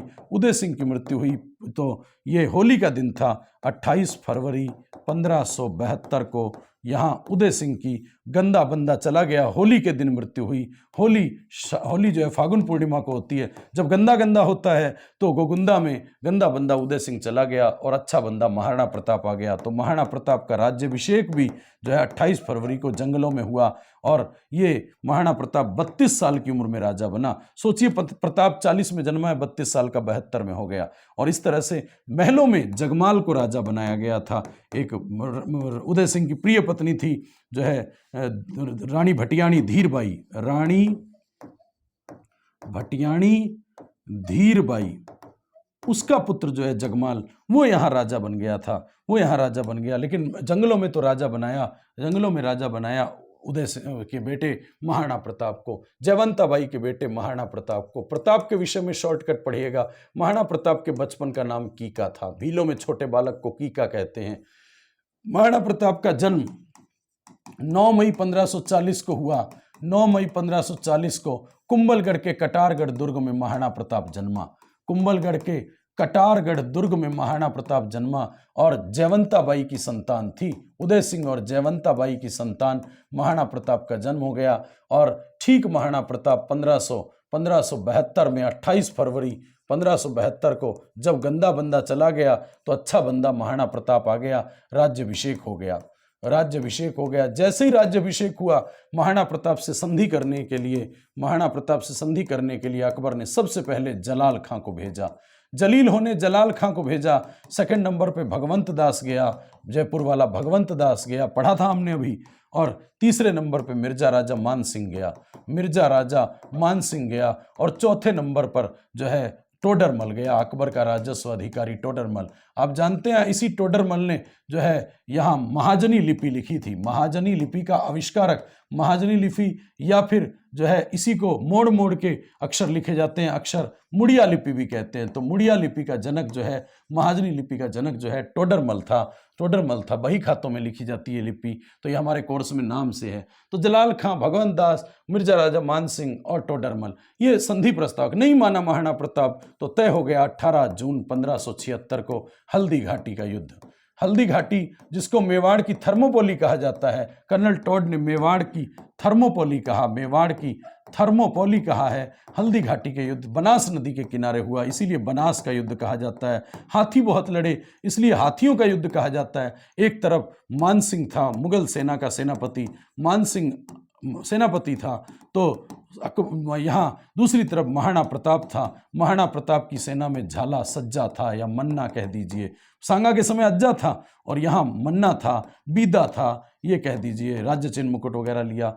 चेतक घोड़े का नाम था महाराणा प्रताप के। और महाराणा प्रताप जो है उसकी सेना में हरावल सेना के अग्रभाग में जो है एक तो चुंडावत रहा, कृष्णदास चुंडावत आगे लड़ते थे, चुंडा के वंशज, कृष्णदास चुंडावत।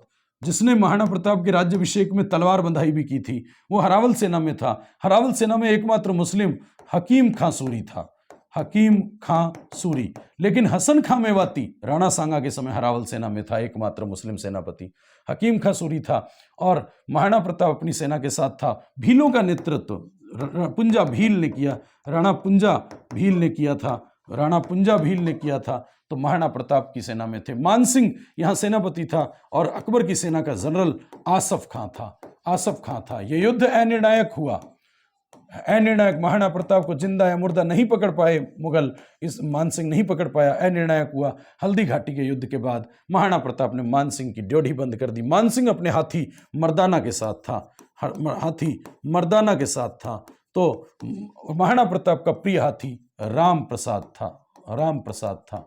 फिर अनिर्णायक युद्ध के बाद मानसिंह यहां से चला गया और अब महाराणा प्रताप चंद्रसेन की नीतियों का अनुसरण करते हुए जंगलों और पहाड़ियों में आने से पहले यहां हल्दी घाटी के तुरंत बाद कुंभलगढ़ आया। कुंभलगढ़ पे 3 बार शहबाज खां से आक्रमण करवाया, शहबाज खां से आक्रमण करवाया अकबर ने। चौथी बार अब्दुल रहीम खाने खाना रहीम के दोहे पढ़ते बैराम खां का बेटा गया। 5वीं बार जगन्नाथ भारमल का बेटा जगन्नाथ कछवा गया। इसके बाद महाराणा प्रताप कुंभलगढ़ दुर्ग से भी निकल आया और आकर के जंगलों और पहाड़ियों में रहा, जंगलों और पहाड़ियों में केंद्र बनाया। जंगलों पहाड़ियों को चंद्रसेन की नीतियों पे उत्तम माना और जंगलों पहाड़ियों में उसकी पत्नी अजब दे पमार आई, अजब दे पमार उसकी पत्नी आई। उसकी बेटी जो है, उसकी बेटी आई यहाँ पे, और चंपा उसकी बेटी थी। तो उसका बेटा अमर सिंह प्रथम था, जो अजब दे पमार का बेटा था, अमर सिंह प्रथम। ये सब जंगलों में आए। अब जंगलों में 4 ठिकाने थे, दिवेर, देसूरी, देवल और देबारी। 4 ठिकाने थे। चारों ठिकानों में दिवेर ठिकाना प्रमुख था। यहीं अक्टूबर 1582 में मुगल सेना का विरोध किया महाराणा प्रताप ने। मुगल सेना के सुल्तान खां को मार दिया, सुल्तान खां जो नियुक्त था उसको मार दिया और महाराणा प्रताप पहली बार विजयी होना शुरू हो गया। इसीलिए जो है दिवेर का युद्ध लंबे समय तक चला। मेवाड़ का मैराथन कहा है कर्नल टॉड ने, मेवाड़ का मैराथन कहा है। और दिवेर के युद्ध को महाराणा प्रताप की विजयों का श्री गणेश कहा जाता है, विजयों का श्री गणेश कहा जाता है, श्री गणेश कहा जाता है। महाराणा प्रताप की विजयों का श्री गणेश कहा जाता है। इस तरह से दिवेर का युद्ध भी हो गया। महाराणा प्रताप जो है वो अब चला गया, चावंड को अपनी राजधानी बनाता है। चावंड को अंतिम आपातकाल राजधानी 1585 में राजधानी बनाता है, अंतिम आपातकाल राजधानी। और यहीं 1585 में चामुंडा देवी का मंदिर बनवाया, चामुंडा देवी का मंदिर बनवाया। यहीं चावंड चित्रकला शैली शुरू की, मेवाड़ स्कूल की चावंड चित्रकला शैली, जिसका स्वर्णकाल इसके बेटे का काल था। रागमाला के सेट चित्र पहली बार यहीं बने, इसी शैली में, रागमाला के राग रागनियों के। और ठीक उसके बाद यहीं धनुष पर जो डोर चढ़ाते समय 19 जनवरी 1597 को महाराणा प्रताप की 57 साल की उम्र में यहाँ मृत्यु हो गई। महाराणा प्रताप की मृत्यु हो गई। महाराणा प्रताप की छतरी बांडौली उदयपुर में बनी हुई है। छतरी चावंड राजधानी मृत्यु हुई और छतरी बांडौली उदयपुर में बनी हुई है। 8 खम्भों की छतरी है महाराणा प्रताप की। तो महाराणा प्रताप खेल रत्न पुरस्कार, जिसमें राशि अब 5 लाख दी जाती है, तो राजस्थान में सबसे बड़ा खेल रत्न पुरस्कार है। महाराणा प्रताप पे रचना जो है पाथल और पीथल कन्हैयालाल सेठिया ने रचना लिखी, जिसमें पाथल शब्द का उपयोग प्रताप के लिए और पीथल बीकानेर के पृथ्वीराज राठौड़ वेली कृष्ण रुक्मणी के लिए किया है। इसके बाद और हम बात करें तो महाराणा प्रताप के बाद महाराणा प्रताप का बेटा अमर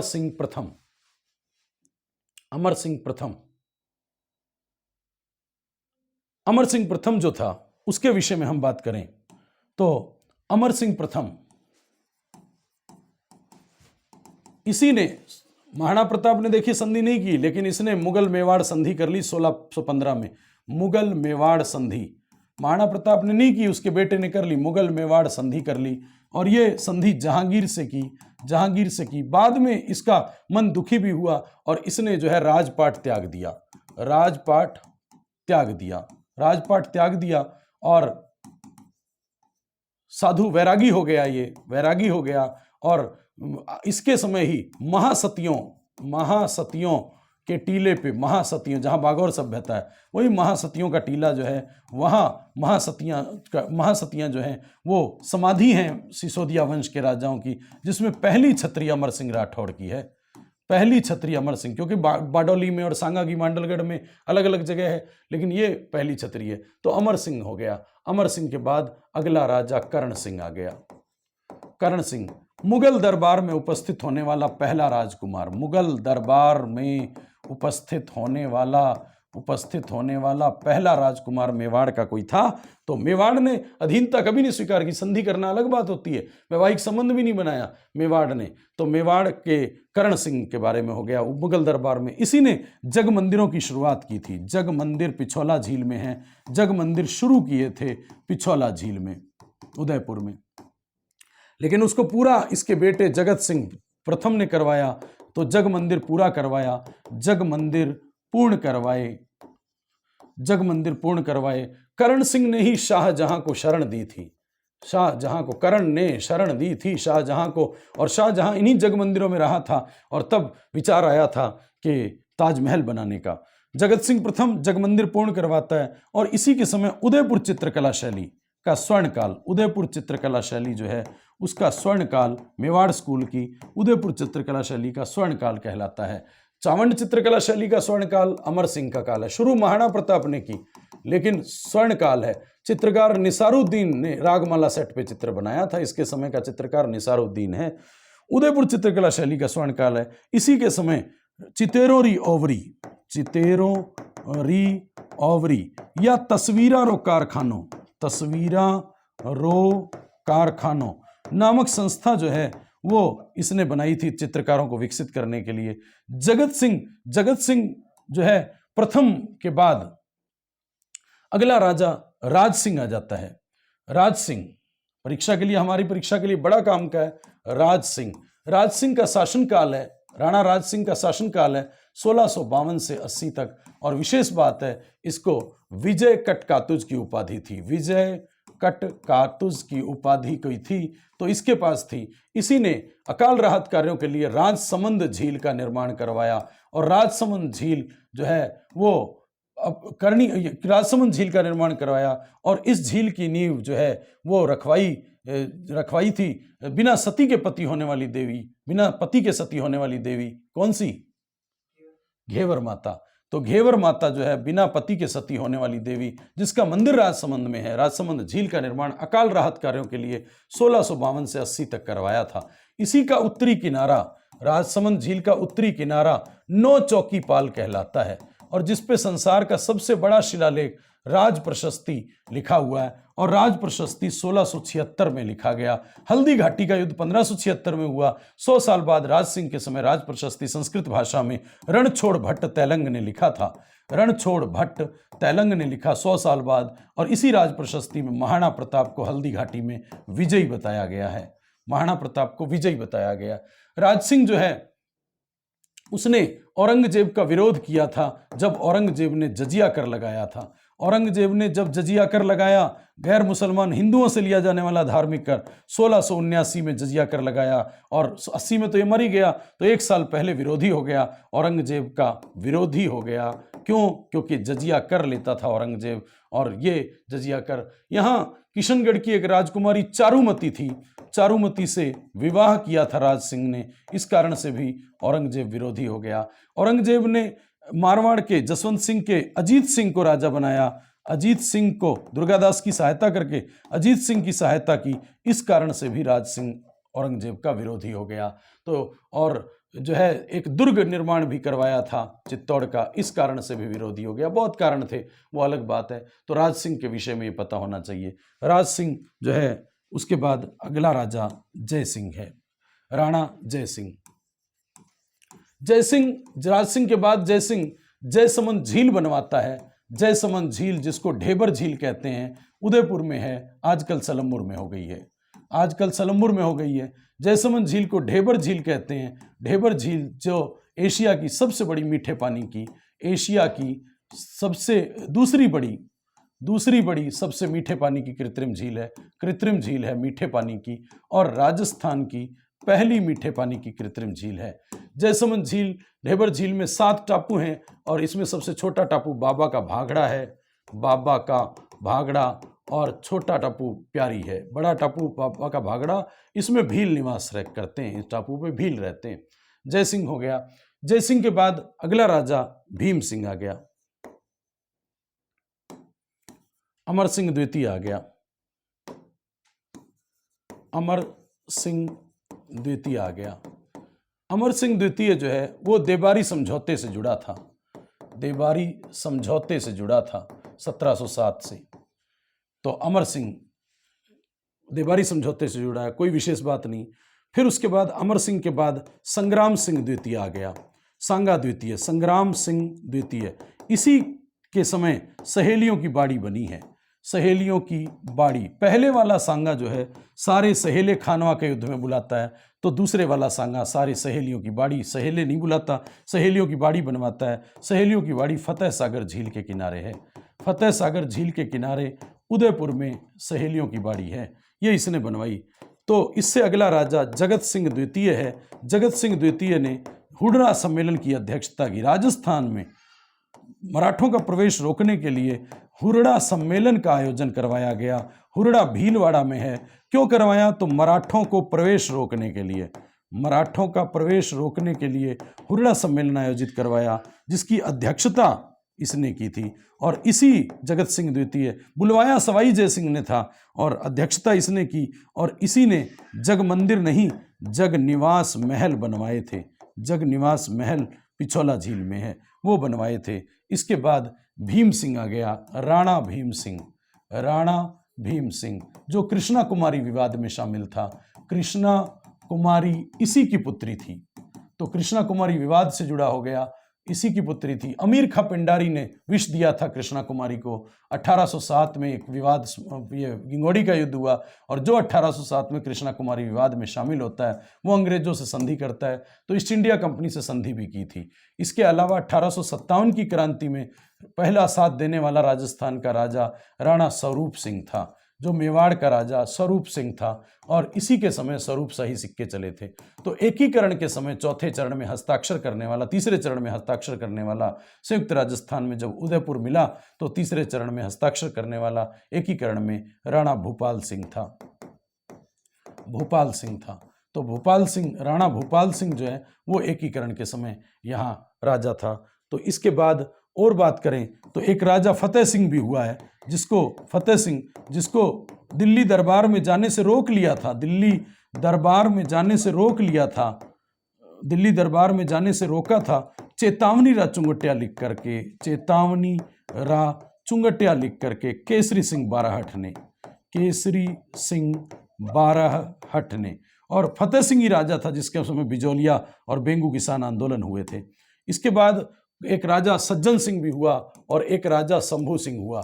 सज्जन सिंह पहले शंभू सिंह हुआ, फिर उसके बाद सज्जन सिंह हुआ मेवाड़ के राजाओं में। इन दोनों के दरबार में श्यामल दास था, श्यामल दास था। और शंभू सिंह के कहने पर श्यामल दास ने वीर विनोद ग्रंथ की रचना की थी, वीर विनोद ग्रंथ की रचना की थी। सज्जन सिंह के समय दयानंद सरस्वती आए थे, दयानंद सरस्वती आए थे, और मृत्यु हमने पढ़ा 1883 में हुई।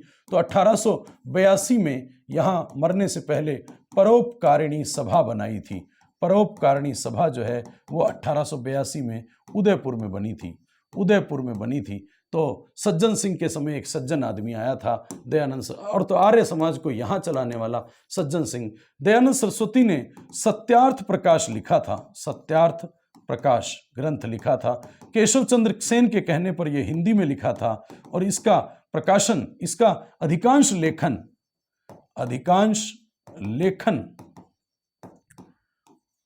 लेखन उदयपुर में हुआ था, लेकिन इसका प्रकाशन अजमेर से हुआ वैदिक यंत्रालय प्रेस से, वैदिक यंत्रालय नामक प्रेस से। तो इस तरह से ये मेवाड़ के बारे में भी हुआ। हमने जो भी पढ़ा, मैंने बड़ा फास्ट करवाया, मैं भी मानता हूँ कि ये सब जो है, लेकिन फिर भी पूरी चीज़ को आप किताब से पढ़ें, उससे अच्छा है कि मेन बातों को, वीडियो को 2 बार या 3 बार देख लेंगे।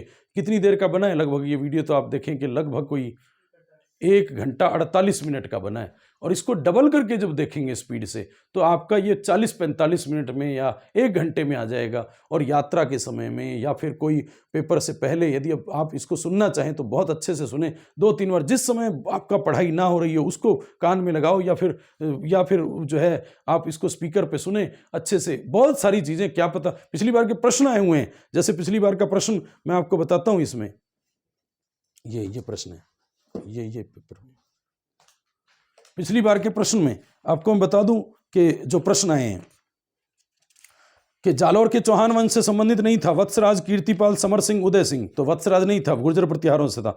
बौद्ध धर्म से जुड़े अवशेष कहाँ से मिले? कॉलेज व्याख्याता 2016 में आया हुआ है, तो बैराट से मिले हैं। मैंने भी कहा बौद्ध संस्कृति, मौर्य संस्कृति बैराट से मिलेगी। कॉलेज व्याख्याता 2016 में आए हैं कि अंबिका के मंदिर कहाँ हैं, तो जगत अंबिका के मंदिर मेवाड़ का खजुराहो कहलाते हैं। फिर उसके बाद मंदिरों में अजमेर के चौहान वंश के राजा जिसने संस्कृत महाविद्यालय बनाया, तो वहाँ विग्रहराज चतुर्थ अभी हमने पढ़ा। कॉलेज व्याख्याता सारंगी 2018 में पूछा गया।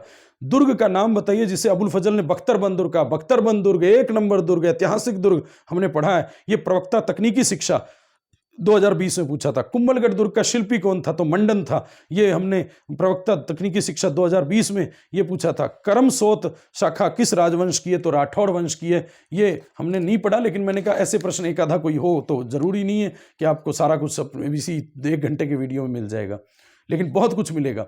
निम्न में से कौन सा आमेर का शासक मानसिंह प्रथम के संरक्षण में था, तो मानसिंह के दरबार में कौन था, ये रचनाओं से टॉपिक पूछा हुआ है। राणा सांगा और बाबर के बीच में ऐतिहासिक युद्ध कहाँ हुआ? हल्दी घाटी, राती घाटी, पानीपत, खानवा, तो कॉलेज व्याख्याता 2016 में पूछा है, खानवा का युद्ध हुआ। कुंभा का गुजरात के साथ संघर्ष का प्रारंभिक कारण क्या था? मैंने बताया कुंभा के विरुद्ध जो संधियां हुई थी, चंपानेर की संधि, वो गुजरात के कुतुबुद्दीन शाह ने की थी। देखो मांडू वाले से तो इसलिए कि कुंभा के पिता मोकल के हथियारों को शरण दी थी, और जो नागौर में एक उत्तराधिकारी विवाद था, इस कारण से जो है राणा सांगा का गुजरात वालों से युद्ध चल रहा था। तो 2 कारण हो गए, अच्छे से सुन लेना इसको दोबारा। मेवाड़ के महाराणा प्रताप के विरुद्ध अंतिम मुगल आक्रमण का नेतृत्व किसको भेजा गया था, तो अभी हमने पढ़ा शहबाज खां 3 बार, अब्दुल रहीम खान ने खाना, और जगन्नाथ कछवा, तो जगन्नाथ कछवा। कॉलेज व्याख्याता सारंगी में पूछा है। गिरी सुमेल युद्ध किस वर्ष लड़ा गया था, तो प्रवक्ता तकनीकी शिक्षा 2020 में पूछा है, तो 1544 में एक मुट्ठी भर बाजरे के लिए हिंदुस्तान की बादशाह को बैठता, ऐसा। फिर अगला प्रवक्ता तकनीकी शिक्षा 2020 में पूछा है कि फारसी इतिहासकार अबुल फजल, बदायूनी, निजामुद्दीन आदि ने किसको हशमत वाला राजा कहा है, तो वो आप जानते हैं मालदेव को। अलाउद्दीन का सेना नायक जो रणथम और अभियान में मारा गया, तो नुसरत खान नहीं रहा, हमने पढ़ा है। ये पिछले 2021 के असिस्टेंट प्रोफेसर में पूछा है। उन 2 राजपूत राजाओं के नाम बताओ जिन्होंने मालदेव के विरुद्ध शेरशाह सूरी से गठजोड़ किया, तो मैंने दोनों के नाम लिखे थे, कल्याणमल और वीरमदेव मेड़तिया। ये जो है ये हमने यहाँ लिखा था। फिर एक पूछा है ख्वाजा मोइनुद्दीन, लोक संतों में अगले टॉपिक पे आ गए। ख्वाजा मोइनुद्दीन चिश्ती के गुरु का नाम क्या था, तो ख्वाजा उस्मान हारूनी, प्रवक्ता तकनीकी शिक्षा 2020 में पूछा हुआ है।